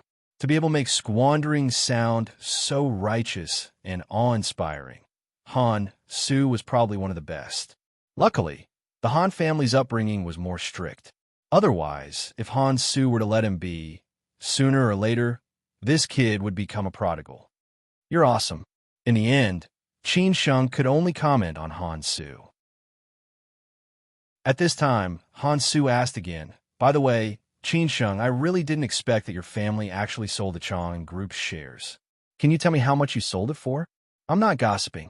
I just want to be envious. Get lost. Qin Sheng naturally would not say that these were all business secrets. Not only did it involve the Qin family, but also other shareholders of the Chang and Group, and so on. Then tell me, you were the young master of the Chang and Group and the future chairman of the Chang and Group. Suddenly, you lost everything. Will you be disappointed? Han Su did not let it go. Qin Sheng was really annoyed to death by this kid. He directly scolded, Han Su, what are you thinking about every day? You deserve to be taught a lesson by your father. These things have nothing to do with you. Why do you ask so many questions? If you don't want to say it, then don't say it. Why are you angry? At worst, I'll buy you a drink tonight and bring you a few girls. Han Su was like a dead pig that was not afraid of boiling water in front of Qin Sheng. He could be beaten and scolded casually, which was really admirable. At this time, Qin Sheng casually asked, Do you know what happened to Yao Yao and Fong Lu in the end? Alas, don't mention it. They didn't contact each other for a long time. They directly left the class reunion group. I think it's good for them to leave so that everyone will not feel embarrassed. After they leave, everyone can chat freely in the group. Anyway, they added all the classmates' WeChat and each other's small circle. It's okay for them to leave, Han Su said honestly. If everyone was not there that night, the two might have really fought. It would probably be interesting to see beautiful girls fighting. After hearing this, Qin Sheng felt that it was also their style. He really did not know what was wrong with these two women. Could it be that they were enemies in their previous lives? At this time, it seemed that Han Su began to gossip again. He asked, By the way, why do you suddenly care about this matter when you are not chatting in the class reunion? Or do you have any unknown relationship with Yao Yao or Fong Lu? Qin Sheng directly stood up. As he spoke, he was about to kick Han Su quickly. Han Su was so scared that he hurriedly took a few steps back, smiling apologetically. What Qin Sheng cared about was not Yao Yao, but Fong Lu, because Fong Lu took the initiative to contact him. Not only did she apologize for what had happened that night, but she also asked Qin Sheng for help. That was because her family was interested in the shares of the two commercial banks owned by the Qin family. She was really rich. Chapter 1023. The Qin family started the first round of clearance sale. Now Qin Sheng finally understood the meaning of the saying, a son sells his father's land without feeling sorry. Wasn't he like this now? These are the foundations that Qin Chang'an had spent his whole life to build. Qin Sheng sold the shares of the Chang and system. Without Qin Chang'an, could the Chang and system still be called the Chang and system? Now that the high-quality assets have been taken back, Qin Sheng continued to sell them without hesitation.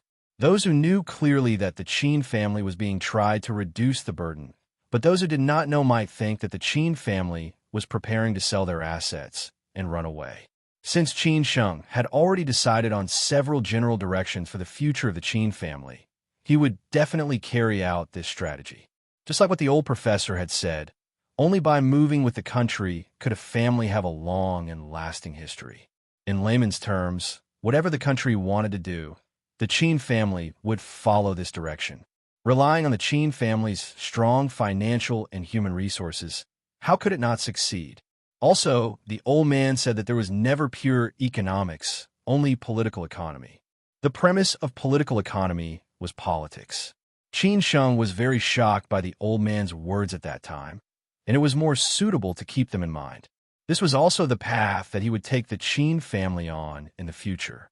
The old man could say these words sincerely because Qin Chang'an had a lot of contact with the old man in these years, and he had supported Tsinghua University's economics and management a lot. Otherwise, the old man would not need to say these to Qin Sheng. However, Qin Chang'an had gone astray, and the old man could not do anything to change the situation, so he could only pin his hope on Qin Sheng. Han Su stayed in Beijing for 3 days. Qin Sheng accompanied him for 2 days and invited a few classmates in Beijing to drink. After the excitement of the second half of the last class reunion, Qin Sheng's relationship with these classmates had become much closer. They also found that Qin Sheng was not the kind of rich playboy who kept people at arm's length as they had imagined. Qin Sheng was still very down-to-earth. It was just that they did not know him very well. For example, that night, he could shake dice and blow bottles with you. He put his arm around your shoulder and talked about beauties. When he was drunk, he would also go up and sing. The classic song, Glorious Days, could be said to have shocked everyone. These classmates all knew about the Qin family. It was said that many classmates took advantage of Qin Sheng's relationship with them. They seemed to have some ideas, but they did not know if there were any suitable ones.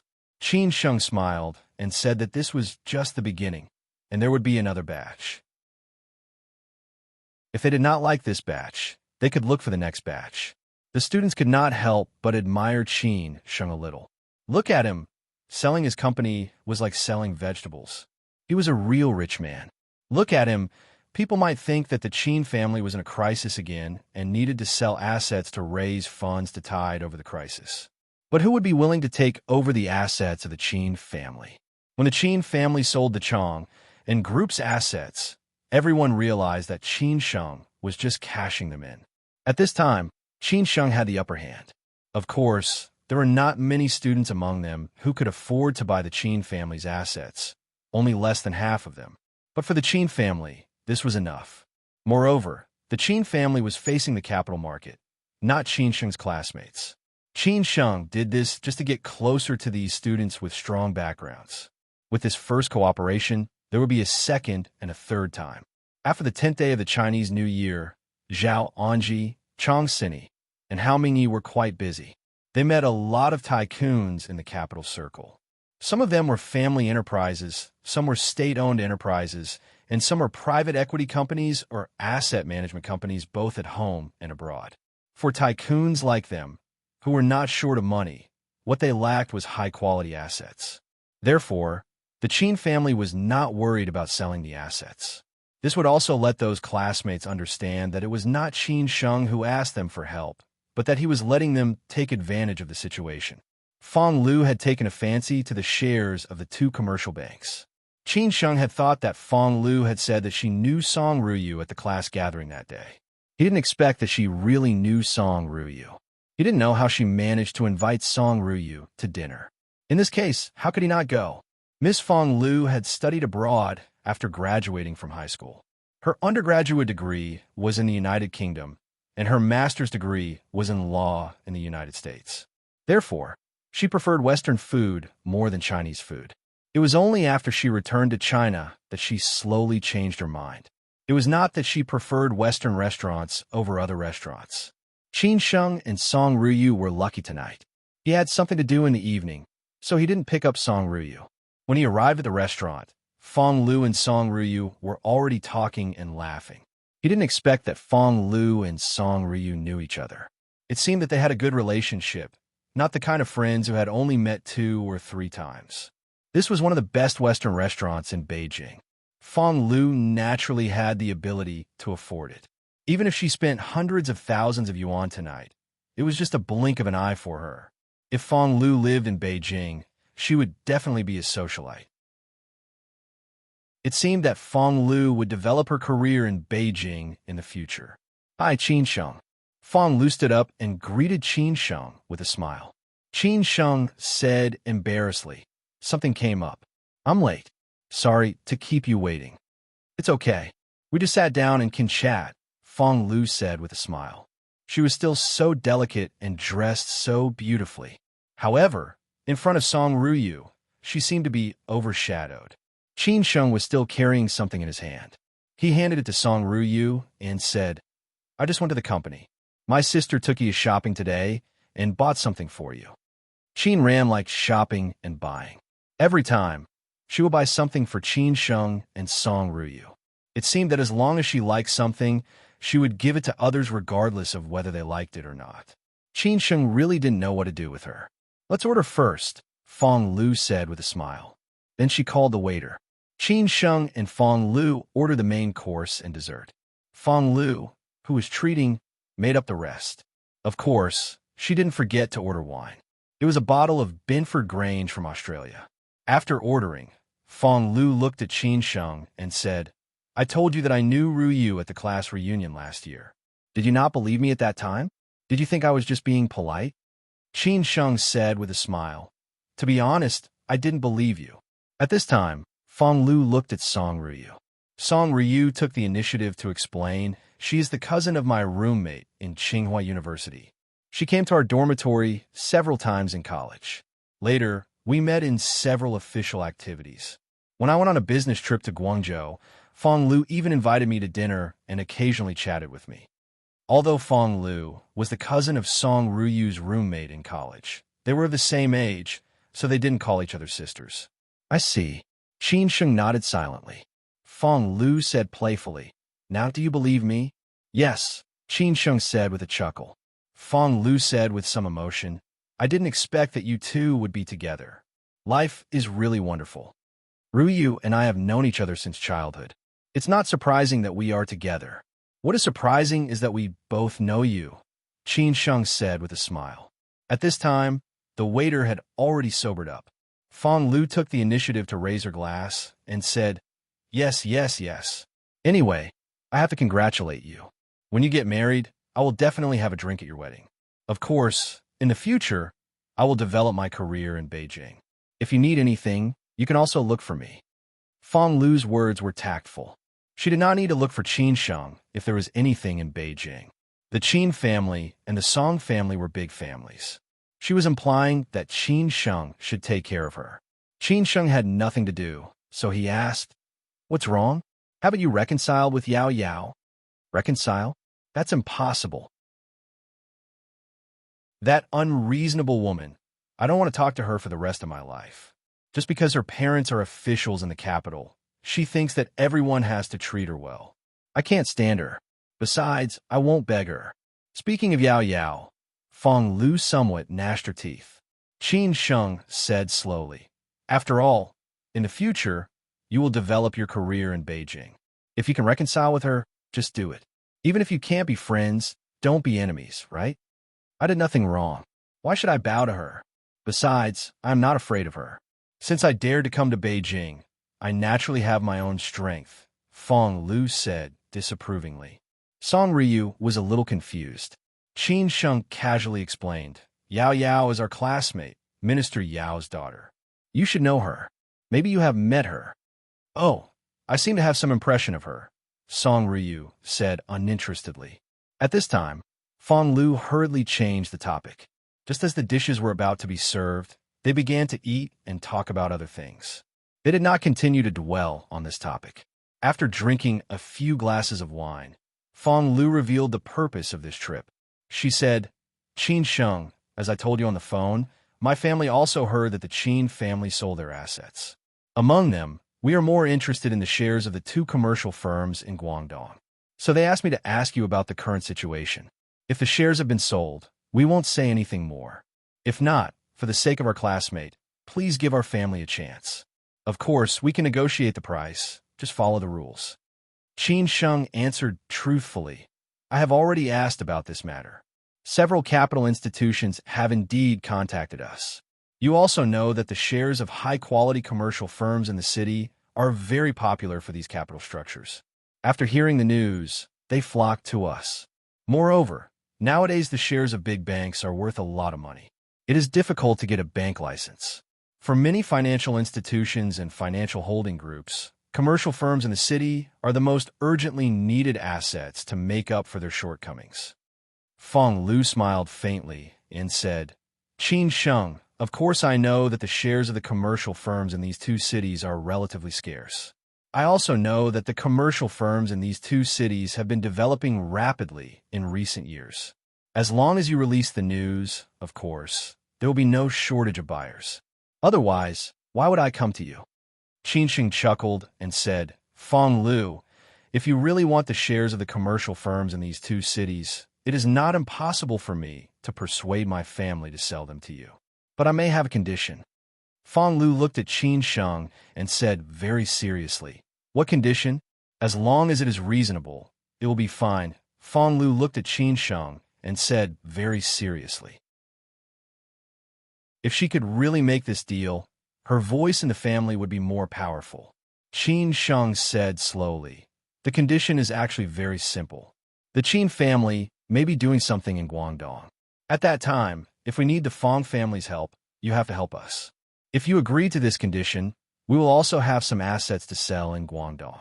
At that time, the Feng family will definitely have the first choice. What do you think? This was the main point that Qin Sheng wanted to talk to Feng Lu this time. If the Qin family really wanted to sell the commercial firms in these two cities to Feng Lu, he did not need to do it himself. He could directly ask Chang Xinyi and Hao Mingyi to talk to Feng Lu's family directly. What Qin Sheng needed was to clean up the family. Heyong and Shenzhen would probably be very troublesome. The Feng family's foundation was in Guangdong. Feng Lu squinted and looked at Qin Sheng. This was not a simple matter. The help that Qin Sheng said was definitely not an ordinary thing. She could not make the decision herself. Otherwise, she would lose everything. Not only would she offend Qin Sheng, but she would also not be able to please the family. Feng Lu asked carefully, I want to know, what kind of help does the Qin family need from the Feng family? Qin Sheng did not hide anything. He replied calmly, You can ask the elders in your family if they know Heyong and Shenzhen.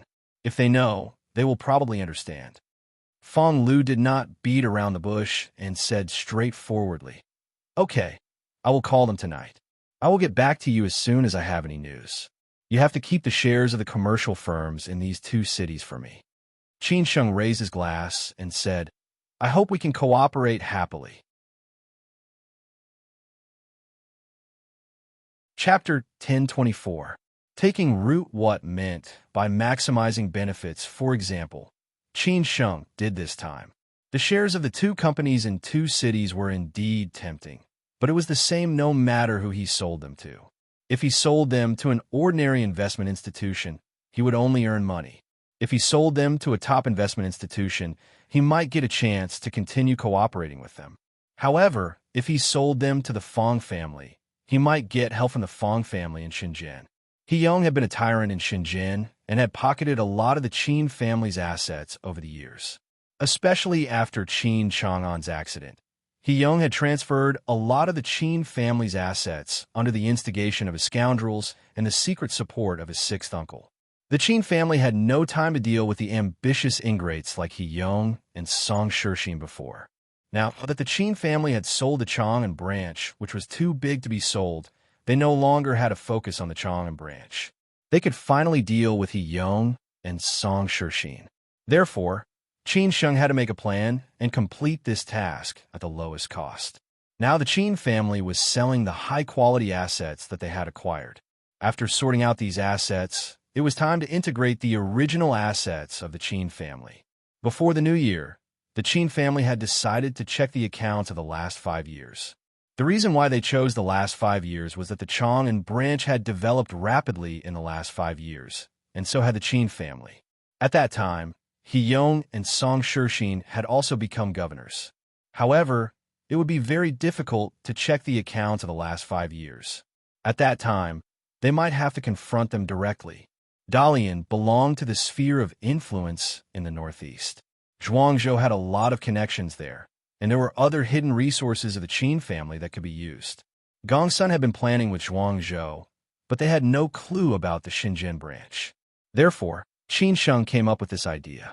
He could use the shares of the two companies in two cities to pry open the Fong family, the Lingmen god.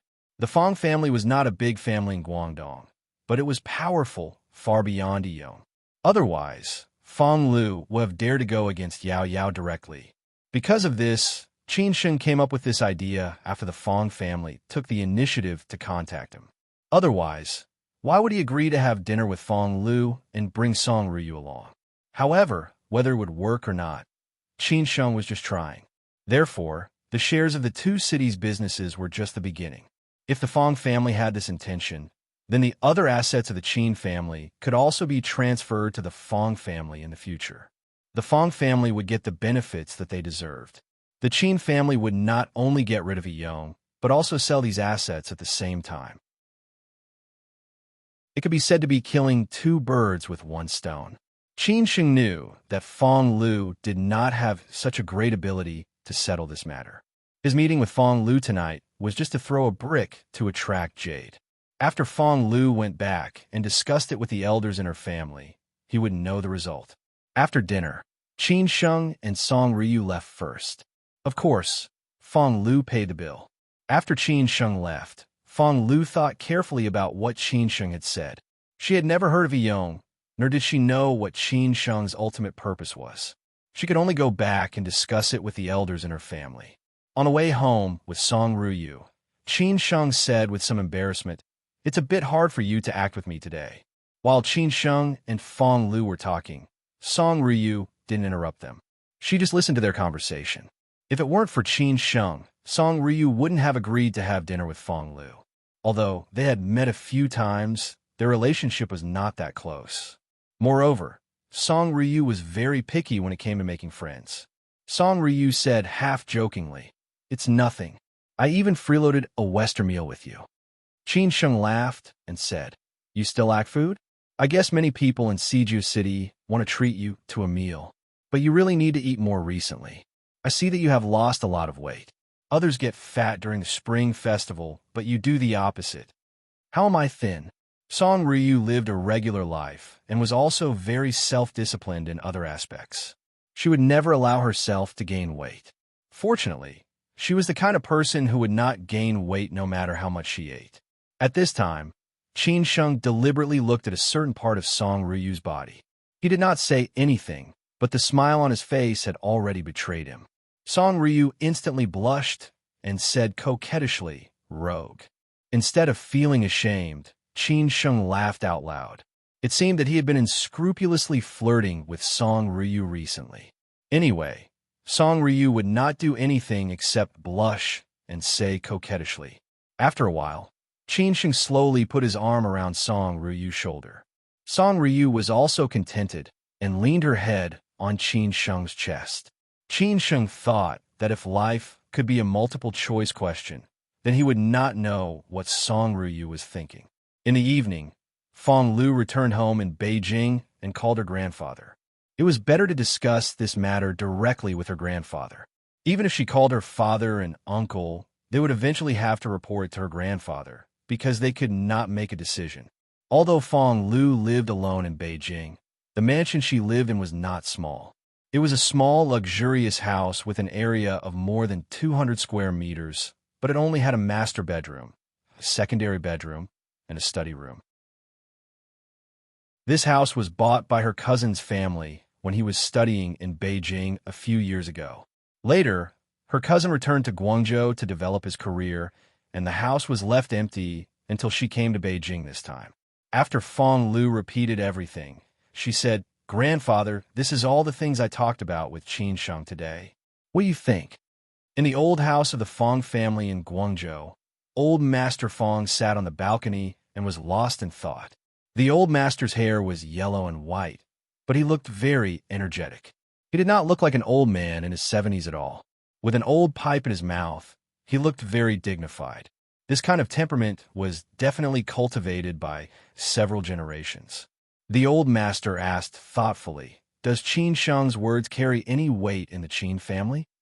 Fong Lu answered honestly, "As far as I know, since Qin Sheng's father had an accident, Qin Sheng, his aunt, and sister have been in charge of everything in the Qin family. Qin Sheng is the only male in the Qin family, so his words should carry a lot of weight. Although his aunt is an elder in the Qin family, Qin Sheng still has the Zhu family behind him." Old Master Fong took a drag of the cigarette and directly exhaled all the smoke as he said, "I didn't expect that the shares of the two commercial companies in the two cities could lead to these things. I think I know what Qin Sheng wants to do and what the Qin family wants to do." Fong Lu frowned and said, "Grandfather, what does he want to do? What does He Yong do?" He Yong is a little famous in Shenzhen, but he is just a dog of the Qin family. It is precisely because he is a dog of the Qin family that he can get to where he is now. It seems that this dog is not obedient. Now the Qin family wants to deal with this dog. However, after Qin Chang'an's accident, the Qin family does not have enough resources in all aspects, or maybe they don't want to use some resources. Otherwise, how could the Qin family not try to deal with He Yong, a small dog? If Qin Chang'an was here, it would only take a few phone calls. Of course, if Qin Chang'an was not in trouble, He Yong would not dare to do anything. Old Master Fong had a lot of power in Guangdong because the Fong family was born in the richest Chaos Han area in Guangdong. Of the big families in Chaos Han, many branches of the family were doing business in Hong Kong, Macau, and Southeast Asia. Among them, some are even influential local bigwigs. Similarly, many people in the Fong family entered politics with the support of this huge family. With such connections both at home and abroad, their careers would naturally be very successful.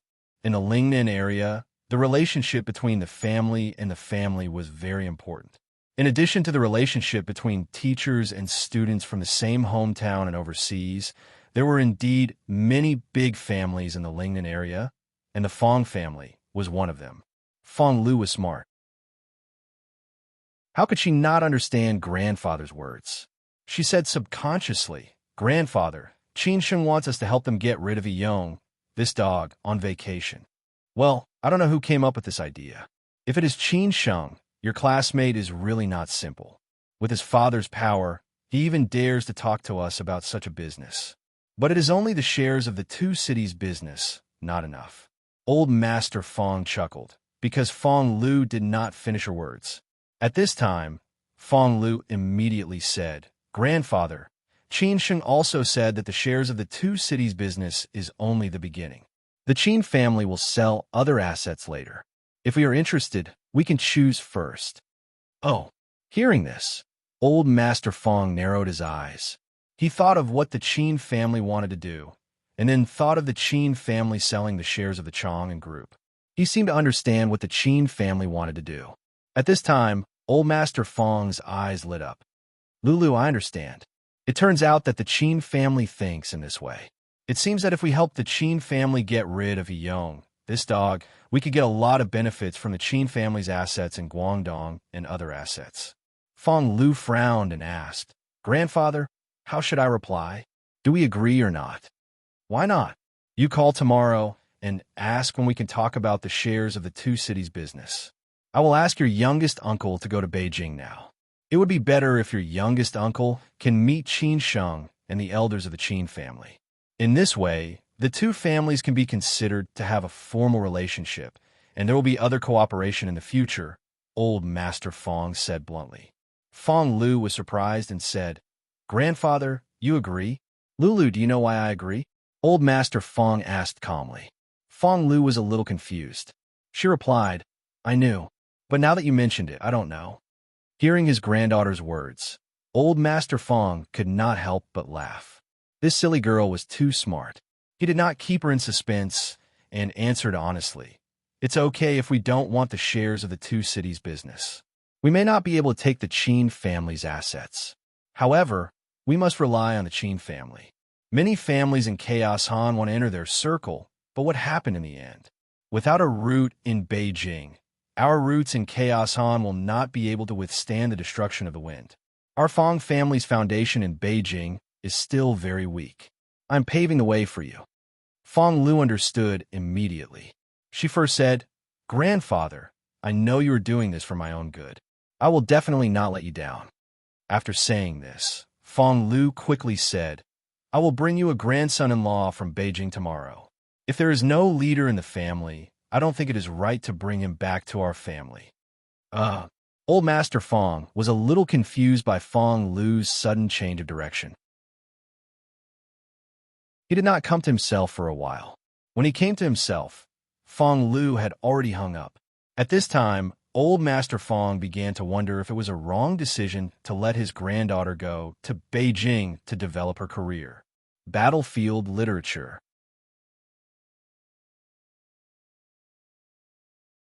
Chapter 1025. Brilliant fireworks. Those who did not plan for the overall situation would not be able to plan for the moment. The old master of the Fong family had been thinking about how to make the foundation of the Fong family in Beijing more and more stable over the years. After all, the Fong family was about to reach a bottleneck in Guangdong. Although they also had a certain network in Beijing, after all, they did not really take root. Most of them were cooperative relationships with interests. If something really happened, they might not help. If the Fong family wanted to go further, they had to take root in Beijing. In this way, the Fong family could become a real big family in the Lingnan area and jump out of this small circle. This was also the reason why old Master Fong was willing to let the third generation go to Beijing to work hard. At the same time, he also knew his granddaughter's character. She had always liked this kind of social interaction.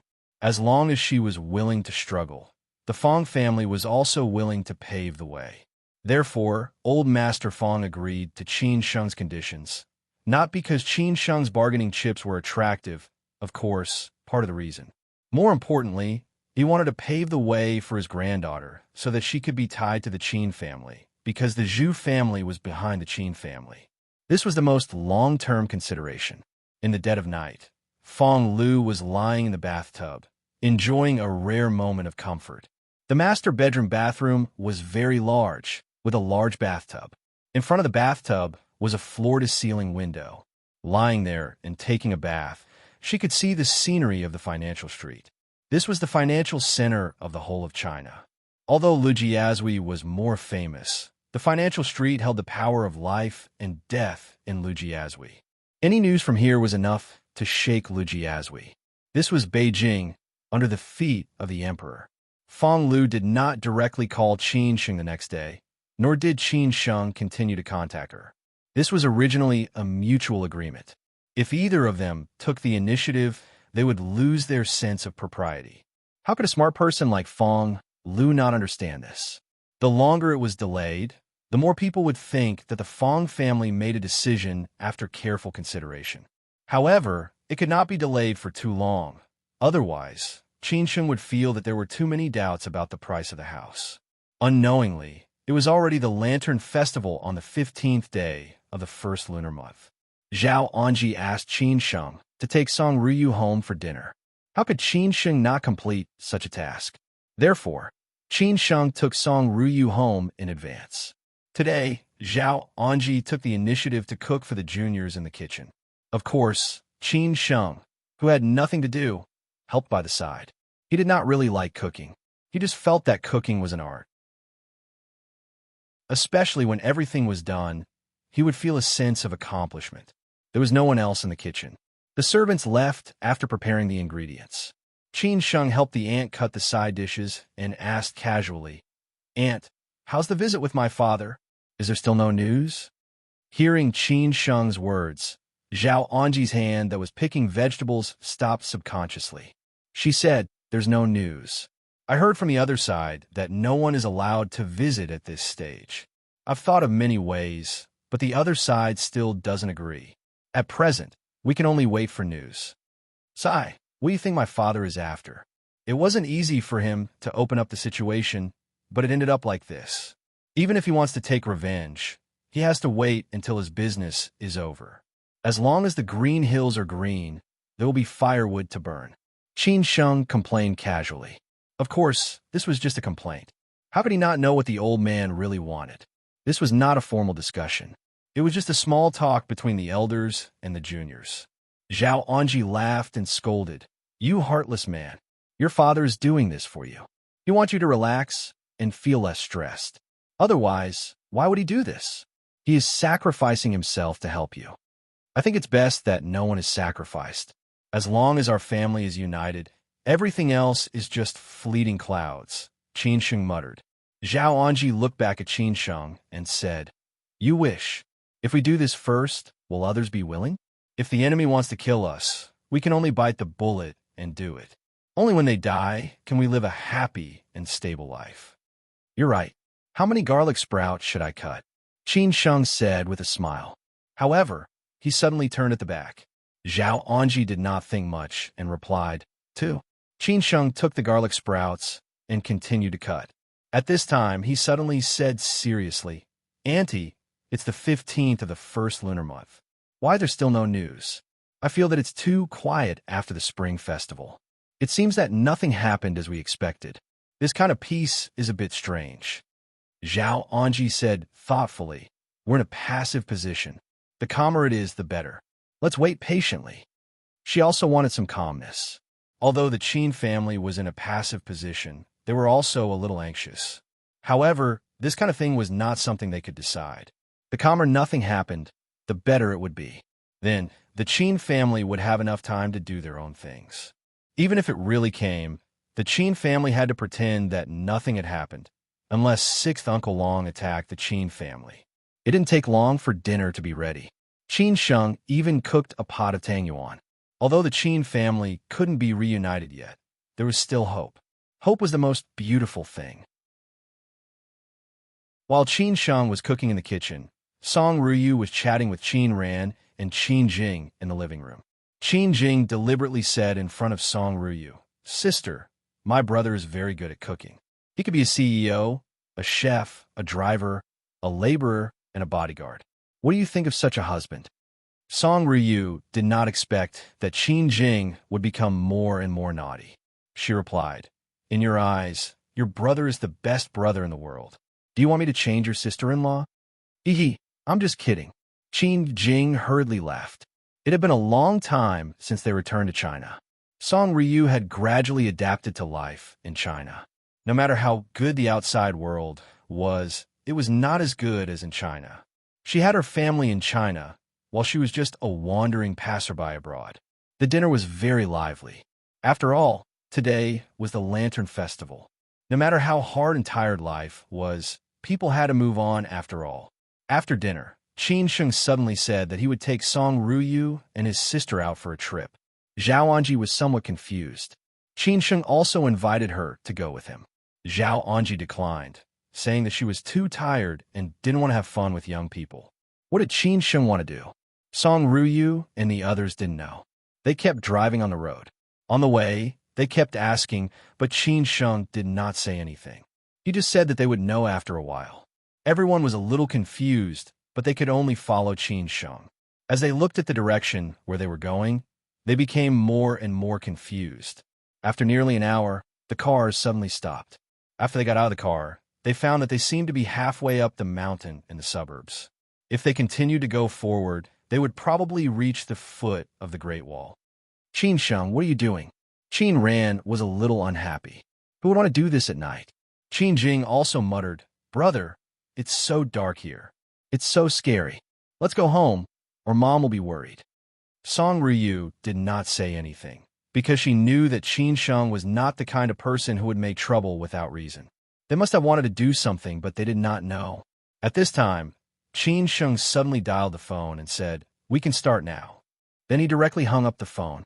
At this time, Qin Sheng said to everyone, Look at the sky in the south. At this time, a bunch of mysterious flames rose into the sky and flew toward the end of the sky. Just when everyone was curious about it, suddenly there was a bang. Then the sky instantly became as bright as a flower. A bunch of fireworks completely bloomed, directly lighting up the whole night sky.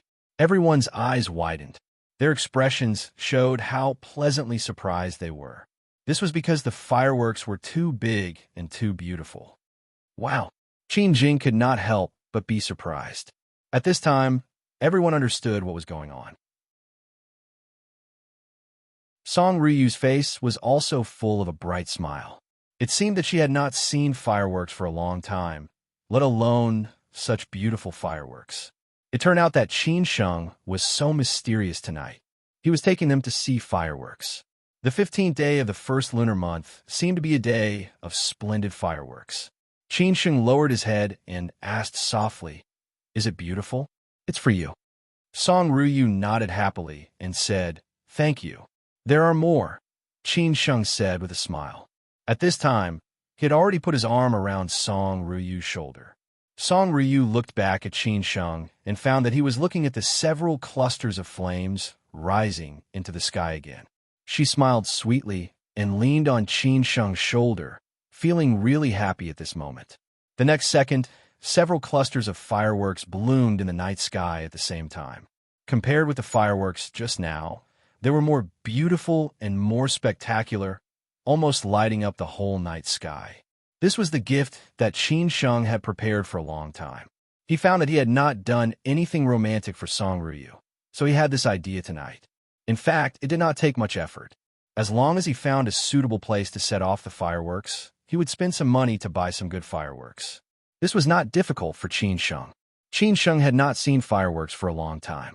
Moreover, fireworks were beautiful things. Everyone was chasing happiness, and everyone was also chasing beauty. He hoped that everyone's life could be as brilliant as these fireworks. Battlefield Literature. Chapter 10:26. The Lantern Festival was a good day. The moon was full, and people were reunited. When Zhao Anji asked Qin Sheng to take Song Ryu home for dinner, Qin Sheng had thought about it. He thought it was a good idea to set off fireworks on the night of the Lantern Festival, so he asked Brother Wu to arrange it. It was not a big deal.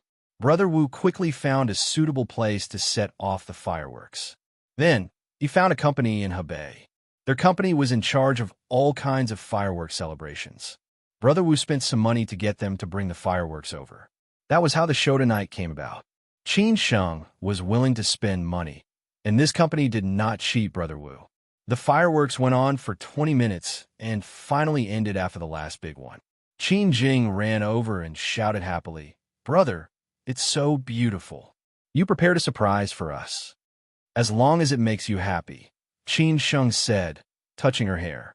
It was a little cold at night in the suburbs, not to mention that they were still halfway up the mountain. The cold wind was blowing. If Qin Sheng had not reminded them to wear thick clothes before going out, they might have caught a cold after watching the fireworks. So at this time, Qin Sheng said to everyone, "Well, the fireworks are over. Let's go home." After saying that, Qin Sheng wrapped Song Ryu's coat tightly. He didn't want his future wife to catch a cold. Otherwise, he wouldn't be able to explain it to his mother-in-law. He had just handed his daughter over to her, and she had already fallen ill. Just after the Lantern Festival, Qin Sheng received a call from Fong Lu, who asked him to meet for a chat. Qin Sheng gladly accepted the appointment and invited Fong Lu to dinner. After all, Fong Lu had spent a lot of money on treating him and Song Ryu last time. This time, Qin Sheng decided to return the favor. Fong Lu was still dressed so beautifully. From the moment she got off the car to the moment she sat opposite Qin Sheng, she had attracted the attention of countless men. However, most men knew that such a temperament goddess was not something they could have. Women at different levels would have their own characteristics. Therefore, there were so many elites who always wanted to pursue a successful career before looking for a suitable partner. After Fong Lu sat down, Qin Sheng teased her, "If I were not your friend, I would not believe that you don't have a boyfriend. Do you need a boyfriend?" This was a Hong Kong-style tea restaurant. Qin Sheng knew that Fong Lu was a Cantonese, so she might prefer this kind of Hong Kong-style restaurant, which was more in line with her taste. Whether it was Hong Kong-style breakfast or supper, They all had a lighter taste, so there were fewer fat people in Guangdong. If you don't have a girlfriend, I will definitely chase after you. Isn't it said that a man chasing a woman takes a mountain, and a woman chasing a man takes a layer of paper? Perhaps it was because she was already familiar with Qin Sheng. Fong Lu was no longer so restrained. After she sat down, she took off her coat, revealing the long sweater dress underneath. This kind of one-piece sweater dress was the best for showing off her figure. Moreover, Fong Lu's figure had always been curvy. She must have done a lot of training in the gym. Qin Sheng admired Fong Lu's figure and did not hide the look in his eyes. Women always liked men's appreciation. Only then would they feel a sense of accomplishment, not to mention a woman like Fong Lu. These were her advantages in daily interactions. Qin Sheng narrowed his eyes and said, "If Song Ryu were here, would you dare to say such words?" At this time, Fong Lu covered her mouth and smiled coquettishly. "You are so boring. How dare I say such words in front of Ryu? Isn't that courting death? Let's order first. This restaurant only serves your southern dishes. You could be the host. I won't look at the menu." After Qin Sheng called the waiter, he directly let Fong Lu order. Fong Lu did not stand on ceremony. She glared at Qin Sheng and began to order the dishes seriously. She followed her usual style of ordering in Guangdong and ordered a few dishes that suited their tastes. However, they did not drink tonight. It seemed that neither of them had the intention to drink. After the dishes were served, Qin Sheng asked casually, "I heard that the private equity fund you are managing now has a scale of hundreds of millions. This amount of money is nothing in front of the big boss. Besides, most of my clients are friends of the Fong family. I have nothing to show off," Fong Lu replied honestly. What she said was also the truth. Besides, her private equity was just playing with some stock futures. What she wanted to do was to become a private equity capital like Blackstone Carlyle, KKR, one day. Qin Sheng did not expect Fong Lu to be so self-aware. He smiled and said, "You had just started. I believe that you will go further and further. If there is a chance in the future, the Qin family is also willing to be your client, as long as we are satisfied with the return of your investment." Fong Lu stared at Qin Sheng and said, "You are giving me charity." Qin Sheng could not help but laugh. Fong Lu was quite charming, and she could make people involuntarily be attracted to her. No wonder Sun Xijia and Zhu Ziyuan were close to Fong Lu. Qin Sheng took a sip of water and said in a seemingly serious tone, "Well, now can you tell me the official reason for the meeting? I have been waiting for your news. If there is no news from you, I will not be able to keep the shares of the two companies in the two cities. A few large capital companies have called me through their connections." Fong Lu said, half-jokingly, "Can I ask you out if there is nothing important?" Fong Lu, you are so smart. Don't you know how to get along with friends? Qin Sheng said in a tone that was neither light nor heavy. Fong Lu stopped joking. Sometimes it was necessary to know when to stop. She put away her smile and said very seriously, "My family has said that the Fong family is determined to get the shares of the two companies in the two cities. The day after tomorrow, my uncle will bring his team to Beijing. We will talk about the rest of the matter then." "It seems that your family has agreed," Qin Sheng said with a smile. How could he not understand what she meant? Fong Lu said in a tone that was neither light nor heavy, "Didn't the Qin family ask us to help them deal with a traitor? We will try our best to help, but we hope that the Qin family can understand what is beyond our ability. After all, the Fong family is not a big family with great power. Of course, Hyung is not enough to make the Fong family afraid. As for the cooperation later, we will talk about it when the time comes.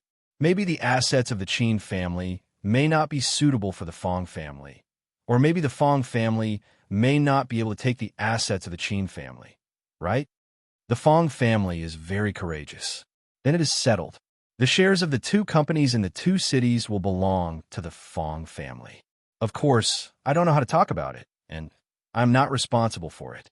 When the time comes, let's leave it to the people in the two companies to talk about it," Qin Sheng said honestly. Fong Lu smiled and nodded. "I know about it. I don't care about it. But my uncle will be here the day after tomorrow. You should meet him then. You can also contact him directly. After all, I am in Beijing now, and I can't help much." I understand. The night after tomorrow, I will hold a dinner for your uncle. How about that? Qin Sheng said directly before Fong Lu opened her mouth.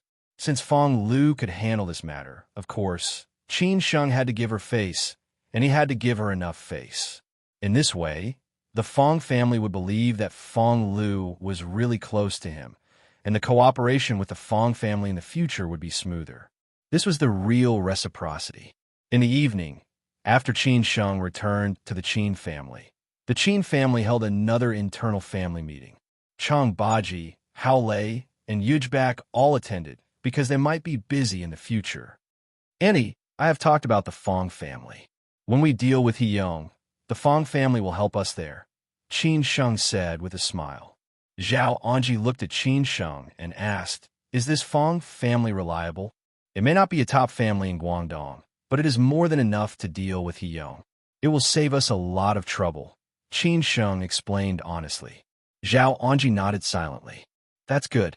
At this time, Qin Sheng looked at Gong Sun and said, "Uncle Gong Sun, how is Uncle Zhuang Zhou's preparation? When can we send people to Dalian?" "It's almost ready. I called Zhuang Zhou this afternoon, and he said that we can go there at any time," Gong Sun reported. Qin Sheng looked at Zhao Anji and his sister and said, "Auntie, sister, now there is no big thing in the company in Beijing. This batch of assets is almost sold. What's left is the handover. Aunt Chong and Uncle Hao will be in charge. Next, we will deal with Song Shixin and Heyong again. What do you think?" Zhao Anji and Qin Ran looked at the people present. What else was there to think about? The Qin family could finally free up their hands to deal with Song Shixin and Heyong. Chapter 10:27. Enemies were not afraid of being too fierce, but they were afraid of being stabbed in the back by their own people. Song Shixin and Heyong got what they had today because the Qin family gave them a living.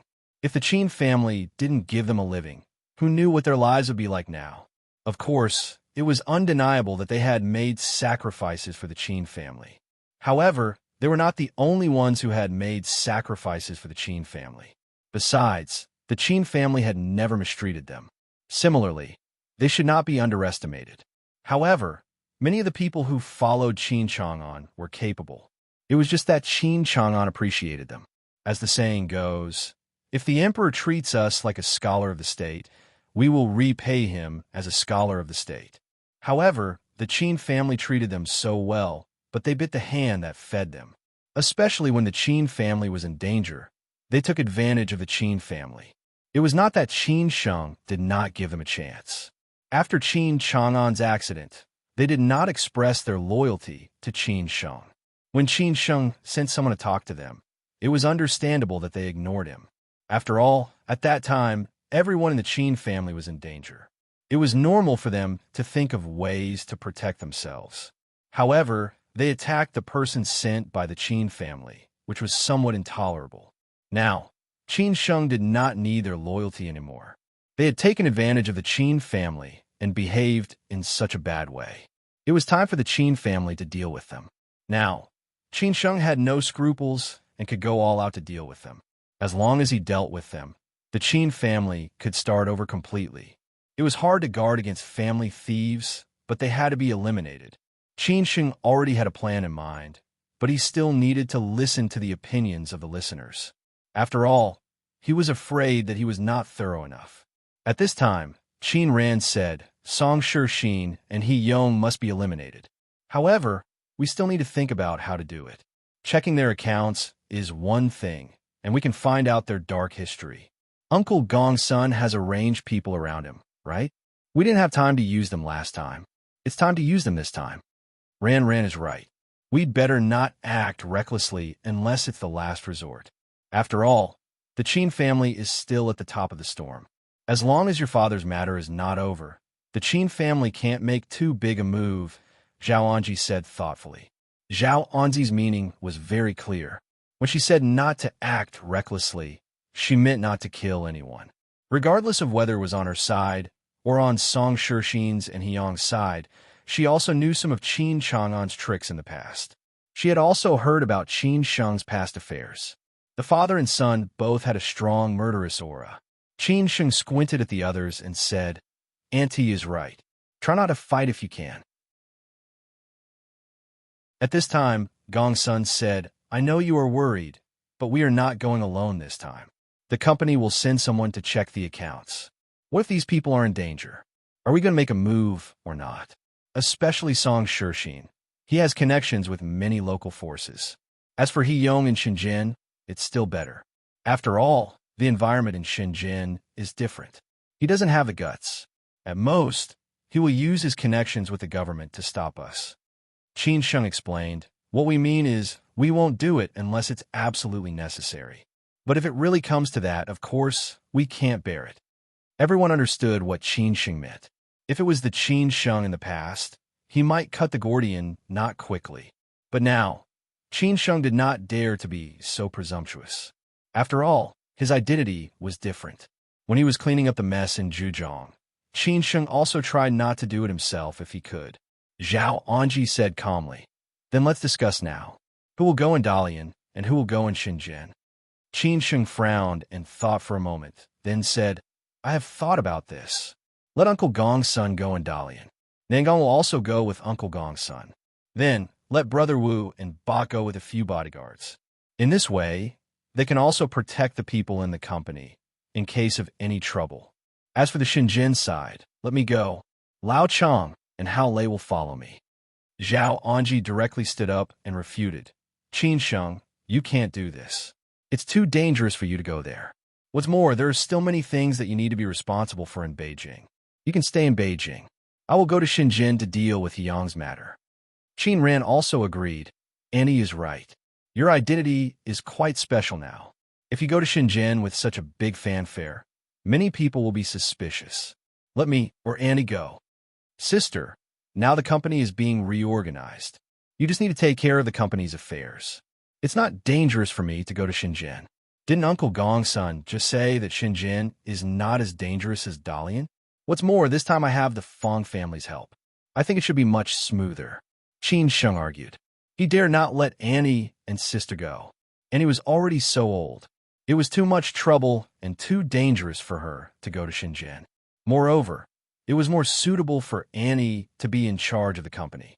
After all, he had to meet the big shots in the capital circle. It was not suitable for Qin Sheng to meet these people. As for sister, Qin Sheng dared not let her go. He would rather something happen to her than let anything happen to her. Otherwise, he would feel guilty for the rest of his life. Zhao Anji and Qin Ran still wanted to say something, but Qin Sheng said bluntly, "It's settled. I'm a man of the Qin family. It's more suitable for me to go." Gongsun frowned and said, "It's not a problem for you to go, but you only bring Lao Chang and Hao Lei. Obviously, you don't have enough manpower." Qin Sheng had already thought of a countermeasure. He said calmly, "Lao Chang and Hao Lei are definitely not enough. After all, we have to protect the safety of the company's team. I will ask the He family to send 2 people to follow me in 2 days.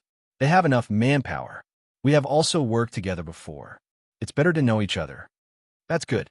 Gongsun nodded after hearing this. Qin Sheng had another purpose. He heard that the He family's young son-in-law's family had a lot of power in Guangdong and Guangxi. It might be useful when the time came. It was a pity that the young son-in-law was not in charge of Guangzhou or Shenzhen. Otherwise, it would be easier to deal with this matter. Zhao Anji asked again, "Then when will we set off?" "We will set off after I meet the Fong family." Qin Sheng directly made the decision. The family meeting ended. This matter was considered settled. Gongsun went to Dalian to deal with Song Shixin, while Qin Sheng went to Shenzhen to deal with He Yong. This time, no matter how much resistance the Qin family faced, they had to finish this matter. Otherwise, if it continued to be delayed, it might become more and more troublesome. Time passed quickly. 2 days later, Fong Lu's uncle arrived in Beijing with the Fong family's team. In the evening, Qin Sheng showed up as scheduled. He booked a private room of the Tan family's official cuisine to welcome Fong Lu's uncle. However, there were only the 3 of them. Qin Sheng did not invite others. After all, this kind of occasion was not suitable. Otherwise, he could give Fong Lu enough face and make her look more respectable in the family.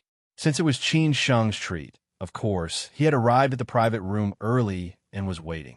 At the same time, he also brought 2 bottles of good wine.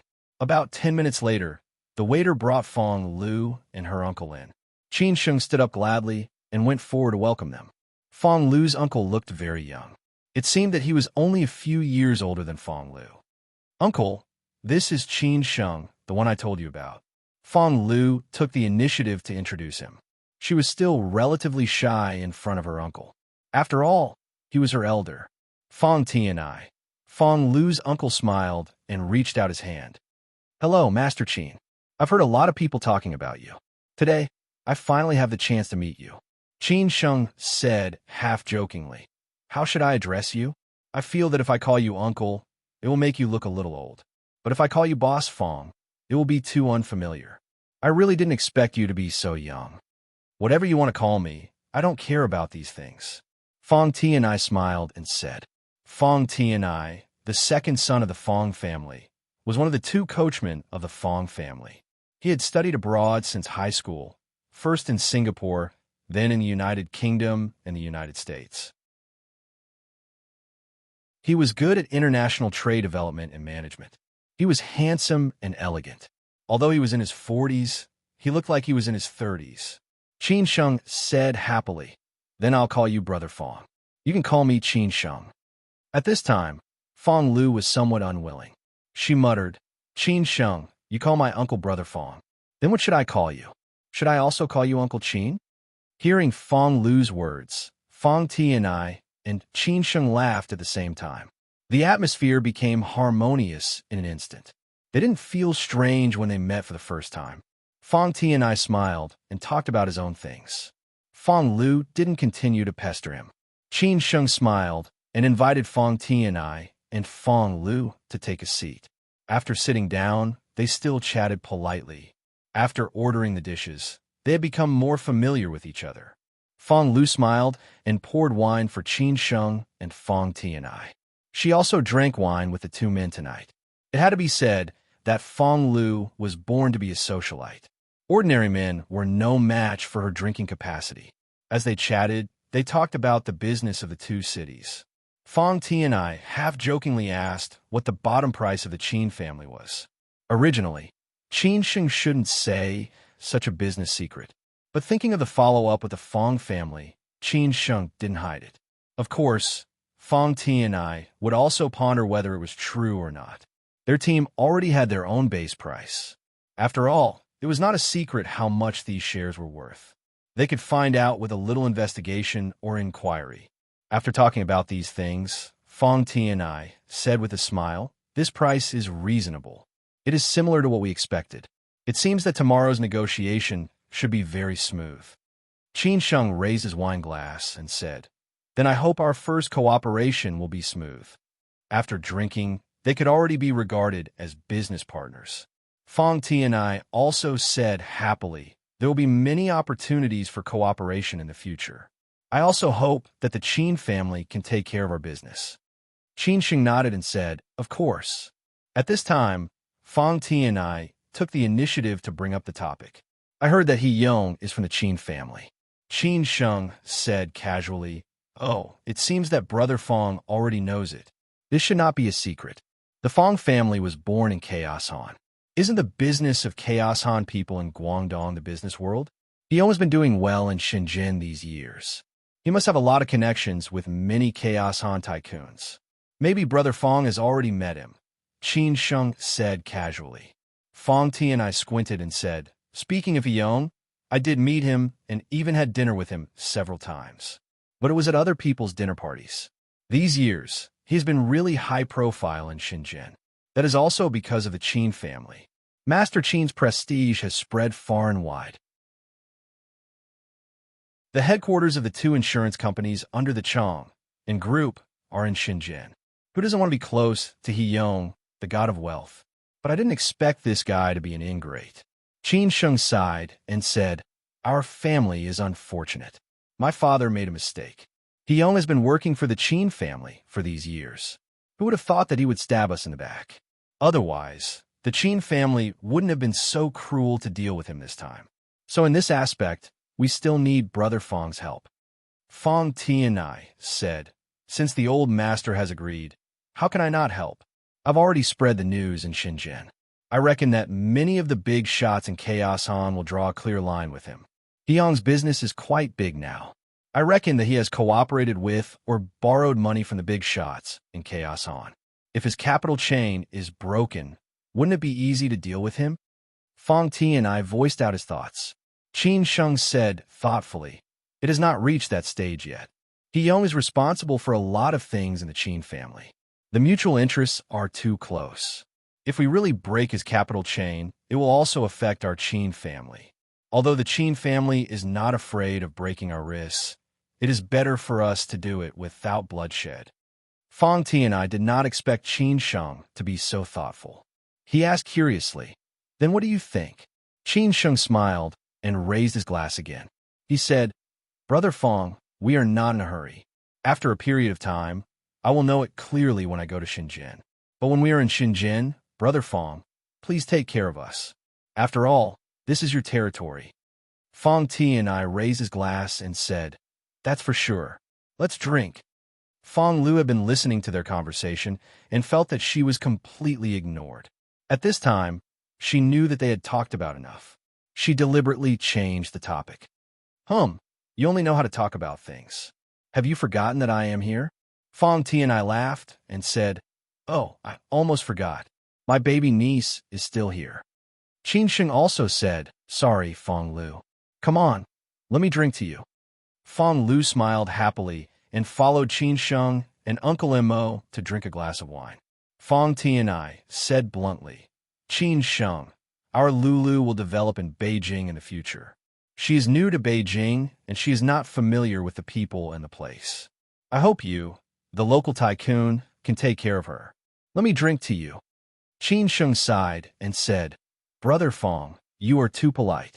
As long as she needs something, I will definitely help her. Of course, it is within my ability. After all, our Qin family is not as good as before. Fong Tianai raised his glass and said, Qin Sheng, you are a kind person. If Lulu is not here, I will call you brother. Qin Sheng glanced at Fong Lu and laughed. Now, he finally understood why Fong Lu was like this. It seemed that the atmosphere of the Fong family was like this. Otherwise, how could Fong Tianai be like this? No wonder the Fong family was so influential in the Chaos Han circle. However, the Chaos Han circle was too small after all. The real circle was only the circle in Beijing, because this circle controlled the power. So Qin Sheng was not surprised that the Fong family would cooperate with him.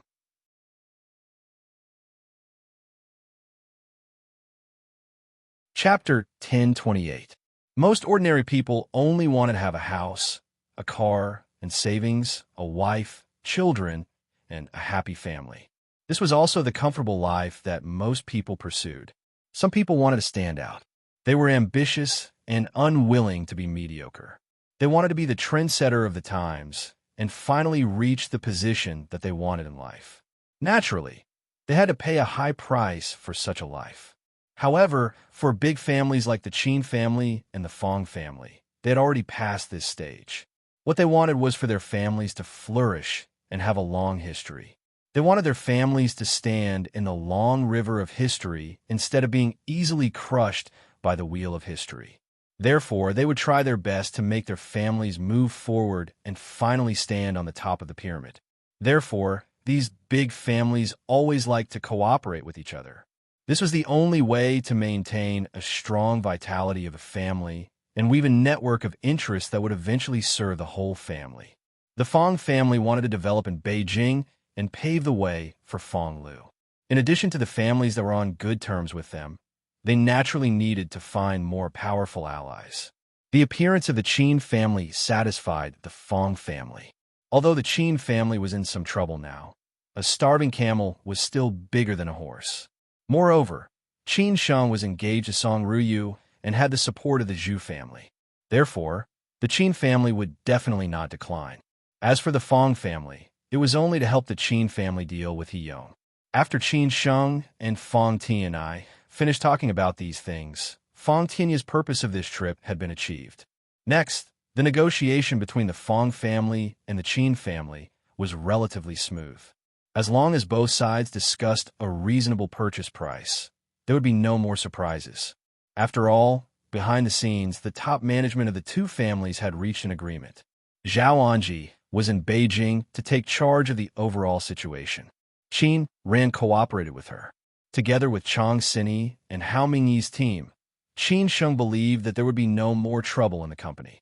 As for the unknown dangers, the Qin family was ready to face them. But before they arrived, Qin Sheng still had to deal with other things first. Zhao Anji had already arranged 2 teams in the company to follow Gong Sun and Qin Sheng to Dalian and Shenzhen. At the same time, there were 2 accounting firms that they had cooperated with previously in charge of auditing the accounts. Gong Sun would set off with Nangong and Yujback tomorrow. Qin Sheng was prepared to bring Chang Baji and Hao Lei to Shenzhen the day after tomorrow. Before leaving, Qin Sheng had to visit the He family again. On the one hand, he wanted to borrow people, and on the other hand, he wanted to seek help from the He family. After the 15th day of the first lunar month, Old Master he returned to his own courtyard to feed the fish, raise the birds, and walk the dog. Old Master he's life could be considered comfortable now. Unless there was something big that the younger generation couldn't handle, Old Master he almost never showed his face in public. Occasionally, he would meet old friends or meet young people he admired, but the rest of the time, he could only sit back and watch the storm. The Old Master raised a few birds. Although Qin Sheng could not tell what kind of birds they were, these little fellows were really beautiful and probably worth a lot of money. This was the only hobby of the Old Master. As for other old people who liked calligraphy and collecting, the Old Master was not interested at all. Old Master he played with the birds and said with a smile, "Are you going to do it yourself? It's just a young, you don't have to do that, right?" Qin Sheng said casually, "I hate them to the core. It's really good to find time to deal with them during this period of time. It'd be better to end the Gordian not with a knife. Otherwise, if they continue to be entangled like this, it will only lead to more problems. So today, I came to look for you, mainly to borrow some people from you. Recently, I'm short of manpower." Old Master he looked up at Qin Sheng and said, "Borrow people? Borrow what people? If you need talents in the management of the company, I'll go back and ask for some senior executives to help.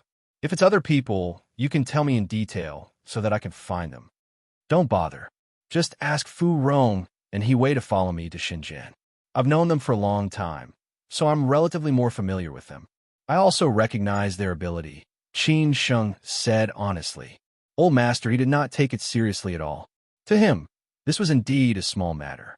So he smiled and said, "Is such a small matter worth you coming all the way here? Just give them a call. I'll ask them to report to you later. You're all old acquaintances, and I quite admire these 2 kids." Qin Sheng handed the Yixing clay teapot to Old Master he and said, "Of course, there's one more thing I want to ask you, Old Master. Do you have any good friends in Guangdong so that I can save some trouble?"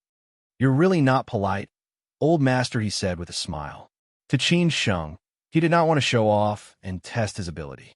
Even a lion would use all its strength to catch a rabbit, so that he could cut the Gordian knot with a knife. Otherwise, the longer it dragged on, the more trouble it would be.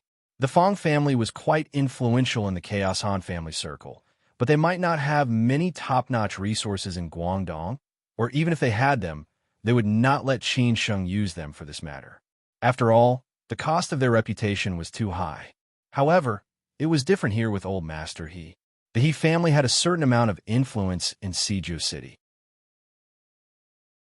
Moreover, Qin Sheng also knew that the He family had a certain relationship in the south, so he came to disturb Old Master He.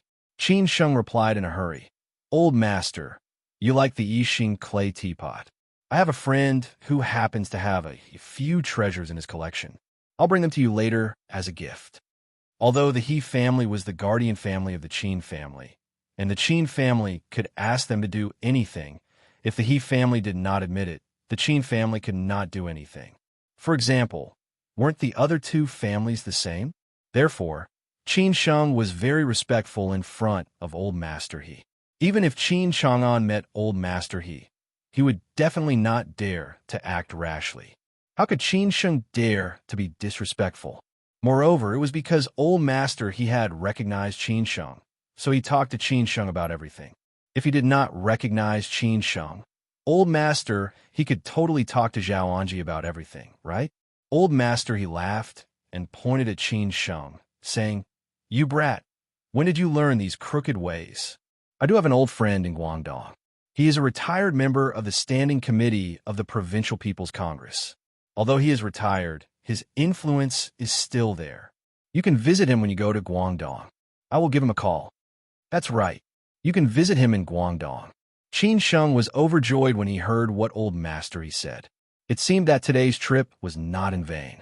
He did not expect that he would get a big shot of the Standing Committee of the Provincial People's Congress from Old Master He. It seemed that this trip to Shenzhen would be very smooth. After talking about these things, Qin Sheng left the He family. That night, Fu Rong and He Wei came to the Qin family to report. Qin Sheng smiled and welcomed them in. He said happily, "I didn't expect you to come so soon." He Wei muttered, "Old Master said it himself. How could we not come? We are afraid of delaying your business, young Master Qin." "You brat, you are getting more and more shameless. When you arrive in Shenzhen, I'll introduce you to some beautiful girls. How about that?" Qin Sheng patted He Wei's shoulder and laughed. He Wei had a playboy's face.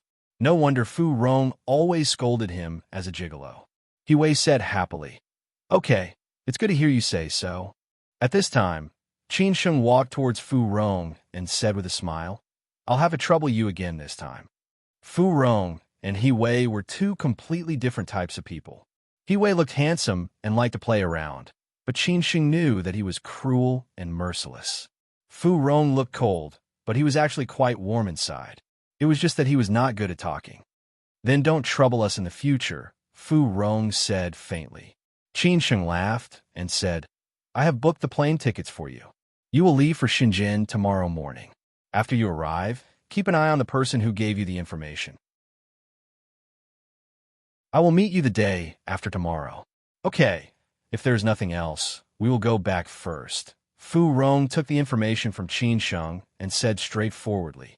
Qin Sheng did not know whether to laugh or cry. He said, "Okay, go back early and rest." He Wei and Fu Rong did not say anything else. After saying goodbye to Qin Sheng, they left. After they left, Qin Ran came down from upstairs and said, "He Wei is quite handsome." Qin Ran had met He Wei and Fu Rong before. She knew that they were on Old Master He's side and that they had helped Qin Sheng a lot. "Sister, it turns out that you like young and handsome men. How about I introduce him to you? I don't mind He Wei being my brother-in-law." Qin Sheng deliberately made fun of Qin Ran. Qin Ran kicked Qin Sheng without hesitation and said, "You little brat, how dare you make fun of your sister? I think you want me to marry Ruyu. I just left the Qin family, and Ruyu hasn't married yet. Can't you wait?" "Sister, how could I? I am just joking with you." Qin Sheng laughed. Of course, Qin Ran knew that Qin Sheng was joking. She held Qin Sheng's arm and said, "Be careful when you go to Shenzhen this time. Go as soon as possible and come back early."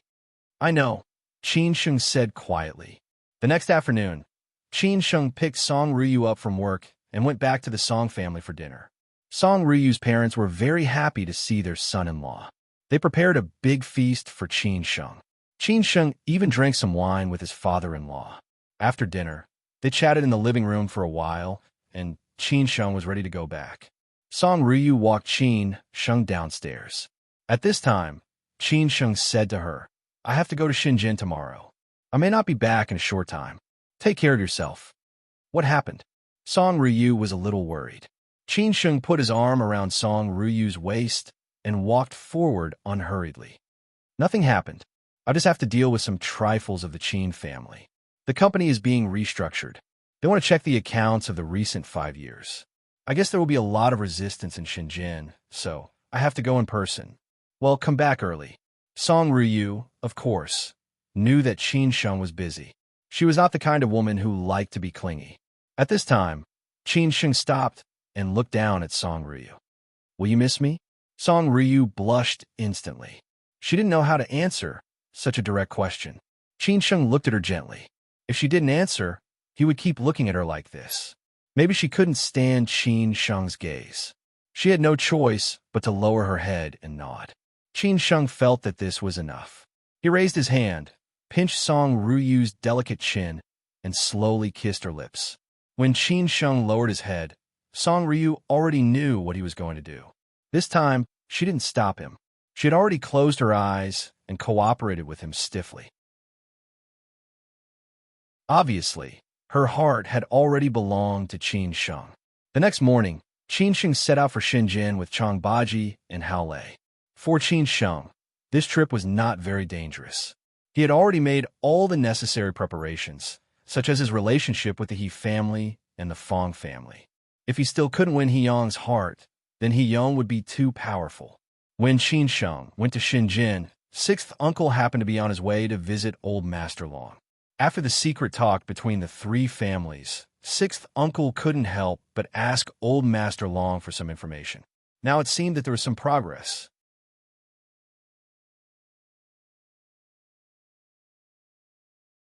Chapter 1029. In terms of bloodline, sixth uncle was definitely more legitimate than Elder Long. After all, sixth uncle's ancestor was one of the founders of this country. Elder Long, who came later to pick peaches, could not be compared with him. In terms of background strength, both sides seemed to be somewhat equal. Elder Long had hard strength because he was the spokesperson of an interest group, and his existence was originally for interests. Sixth uncle's side had soft power, but his hidden power was also very strong. The network of connections that sixth uncle's family had weaved could not be underestimated in Sijio City. Unfortunately, times had to move forward. These high-spirited men of the times were now in their twilight years. Most of them had already retired and lived comfortably for thousands of years. However, if anyone really wanted to go against sixth uncle, they would have to weigh their own abilities. The reason why sixth uncle came to see Elder Long today was naturally because of Qin Chang'an. Elder Long was much older than sixth uncle, so sixth uncle always called Elder Long as his elder brother. This morning, Elder Long had called sixth uncle and told him that Qin Chang'an's case had been investigated. Thus, sixth uncle hurried over to visit. To be honest, sixth uncle was a little shocked because Elder Long could find out something that even he could not find out. After all, this was absolutely confidential. This made sixth uncle have a clear understanding of Elder Long's strength again. In fact, one thing sixth uncle did not understand was that Elder Long was an outsider while he was involved in it. Many people already knew about his relationship with the Chang and faction and Qin Chang'an. Even if they did not know the inside story, rumors and gossip had already spread all over the place. Therefore, when he asked for help from others, most people actually avoided it. Even if they agreed verbally, they would only do it perfunctorily in the end. They were absolutely unwilling to be involved in this matter. Therefore, it was not difficult to understand that sixth uncle could not get any information. The place where Elder Long asked sixth uncle to meet was a small gymnasium in the suburbs. Although it was called a gymnasium, it was probably a residential activity center. This building was independent and surrounded by high walls. Inside, there was a parking lot and a lawn. Sixth uncle did not think much about it. Where had he not been? After entering, sixth uncle discovered that it was a completely different world inside. It seemed to be a boxing training ground. There were seats all around, and there were several rings in the middle. At this moment, two shirtless men were fighting fiercely, surrounded by 5 or 6 people cheering them on. 2 of them were women. Everyone seemed very excited, and their shouts resounded throughout the entire stadium.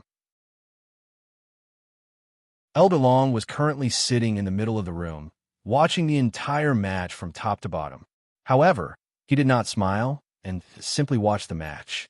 Only when the two sides fought each other would he whisper a few words to the 2 men beside him. No one knew if he was praising or reprimanding the other side.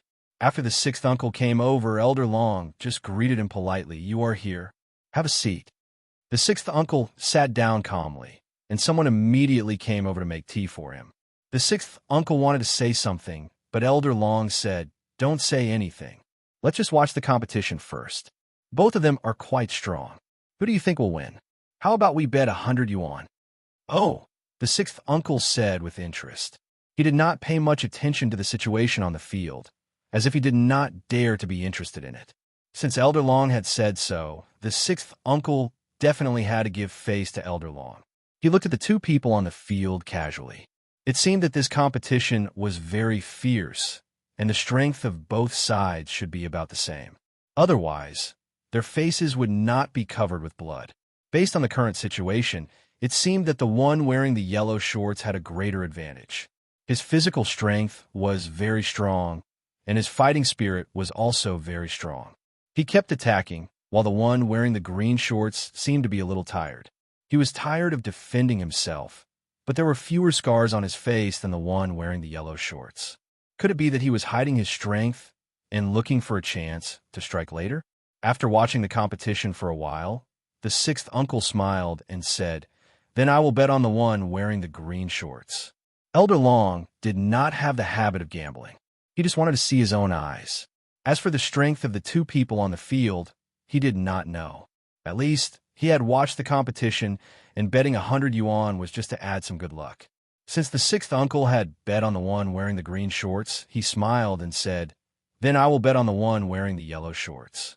Neither of them said anything. They just watched the fierce competition on the field. At this time, the man wearing the yellow shorts grabbed the head of the man wearing the green shorts and hit him with his knees continuously. It seemed that he was going to end the competition directly. However, the man wearing the green shorts did not give up. He tried his best to resist the man wearing the yellow shorts with his arms, trying not to get hurt. It seemed that defense was his advantage. At this time, the man wearing the yellow shorts seemed to be a little tired. The blood had almost blurred his eyes. At this time, the man wearing the green shorts suddenly exerted force on the soles of his feet and pushed the man wearing the yellow shorts out with his arms. The man did not expect that his opponent would fight back. He lost his balance and staggered back a few steps. The man wearing the green shorts seized the opportunity and rushed up without hesitation. He kicked the man wearing the yellow shorts in the chest. The man wearing the green shorts flew out directly. He fell on the fence behind him and bounced back. The man wearing the green shorts took this opportunity to attack again. He ran to the side of the man wearing the yellow shorts face with a roundhouse kick. If this kick landed, it was estimated that the competition would be over. Just when this kick was about to hit the man wearing the yellow shorts face, the man wearing the yellow shorts did not know whether he was prepared or subconsciously dodged to the left. The man wearing the green shorts missed the opportunity. When he wanted to turn around, he found that the fist of the man wearing the yellow shorts was already in front of him. He turned pale with fright and wanted to dodge, but this punch was very fast. It directly hit his chin. The man wearing the green shorts instantly spat out a mouthful of blood. If there was a slow-motion camera, one could see that his facial features were somewhat distorted. This punch directly stunned the man wearing the green shorts. He no longer had a chance to fight back. The man wearing the yellow shorts did not waste his last chance. When a man wearing the green shorts retreated, the man wearing the yellow shorts suddenly jumped up and directly hit the man wearing the green shorts with his knee. The man wearing the green shorts flew out directly and fell heavily on the ground. This time, he did not get up again. This was a competition without discrimination. The referee was almost a decoration. At this time, he stopped the man wearing the yellow shorts and quickly went forward to check the situation of the man wearing the green shorts. After making sure that the man had no chance to fight back, he announced that the man wearing the yellow shorts was the winner.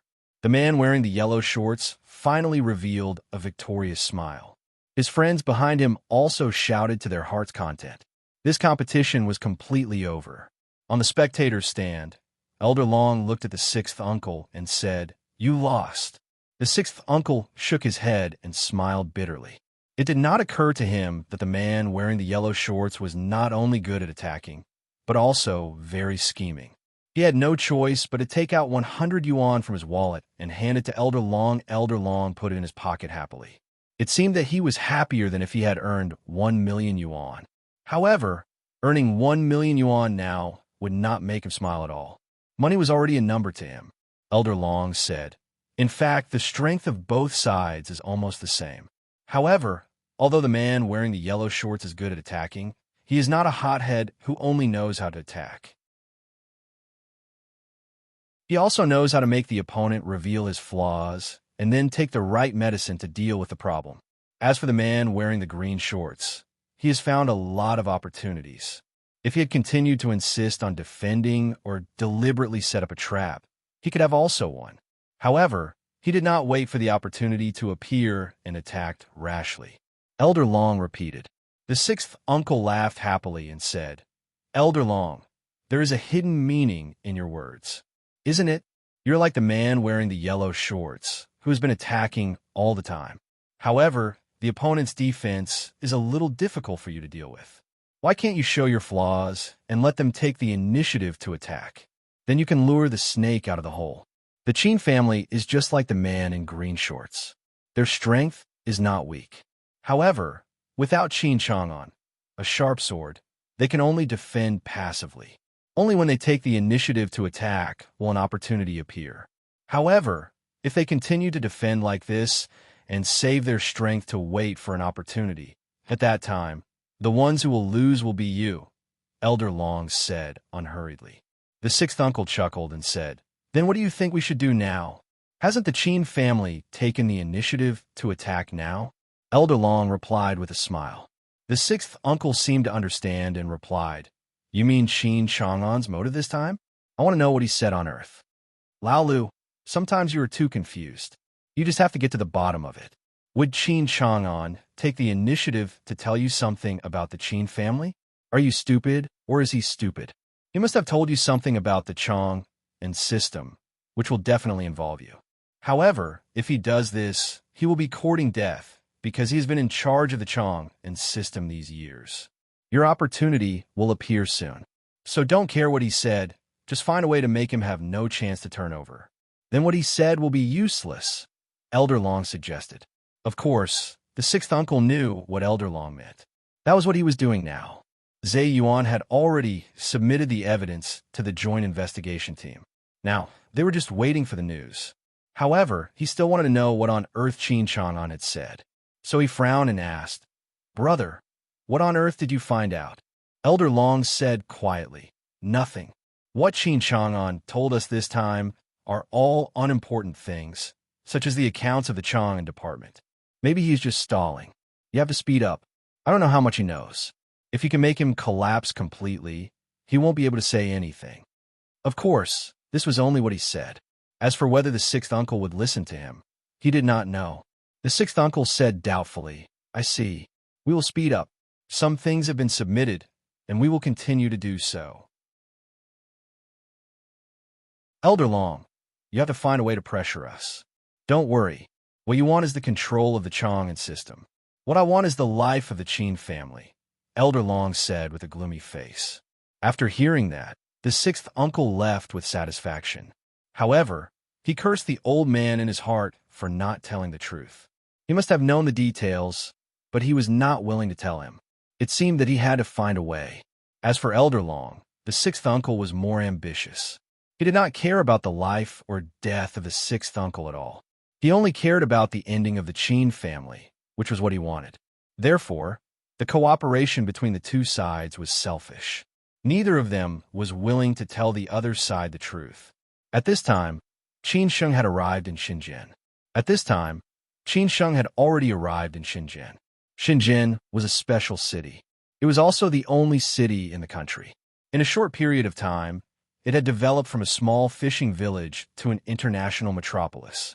The path that Shenzhen had taken was already a route that no other places could replicate. Nowadays, there were so many local tycoons in this city that it was really uncountable. The first thing Qin Sheng did when he arrived in Shenzhen was not to visit anyone. Instead, he went to Shinan Avenue. It was said that the two lions in front of a building on Shinan Avenue were very famous. As long as he touched them, he would be very lucky. You're tuning into the Warrior Lore YouTube channel. Don't forget to subscribe and join us on this journey to catch the most captivating stories.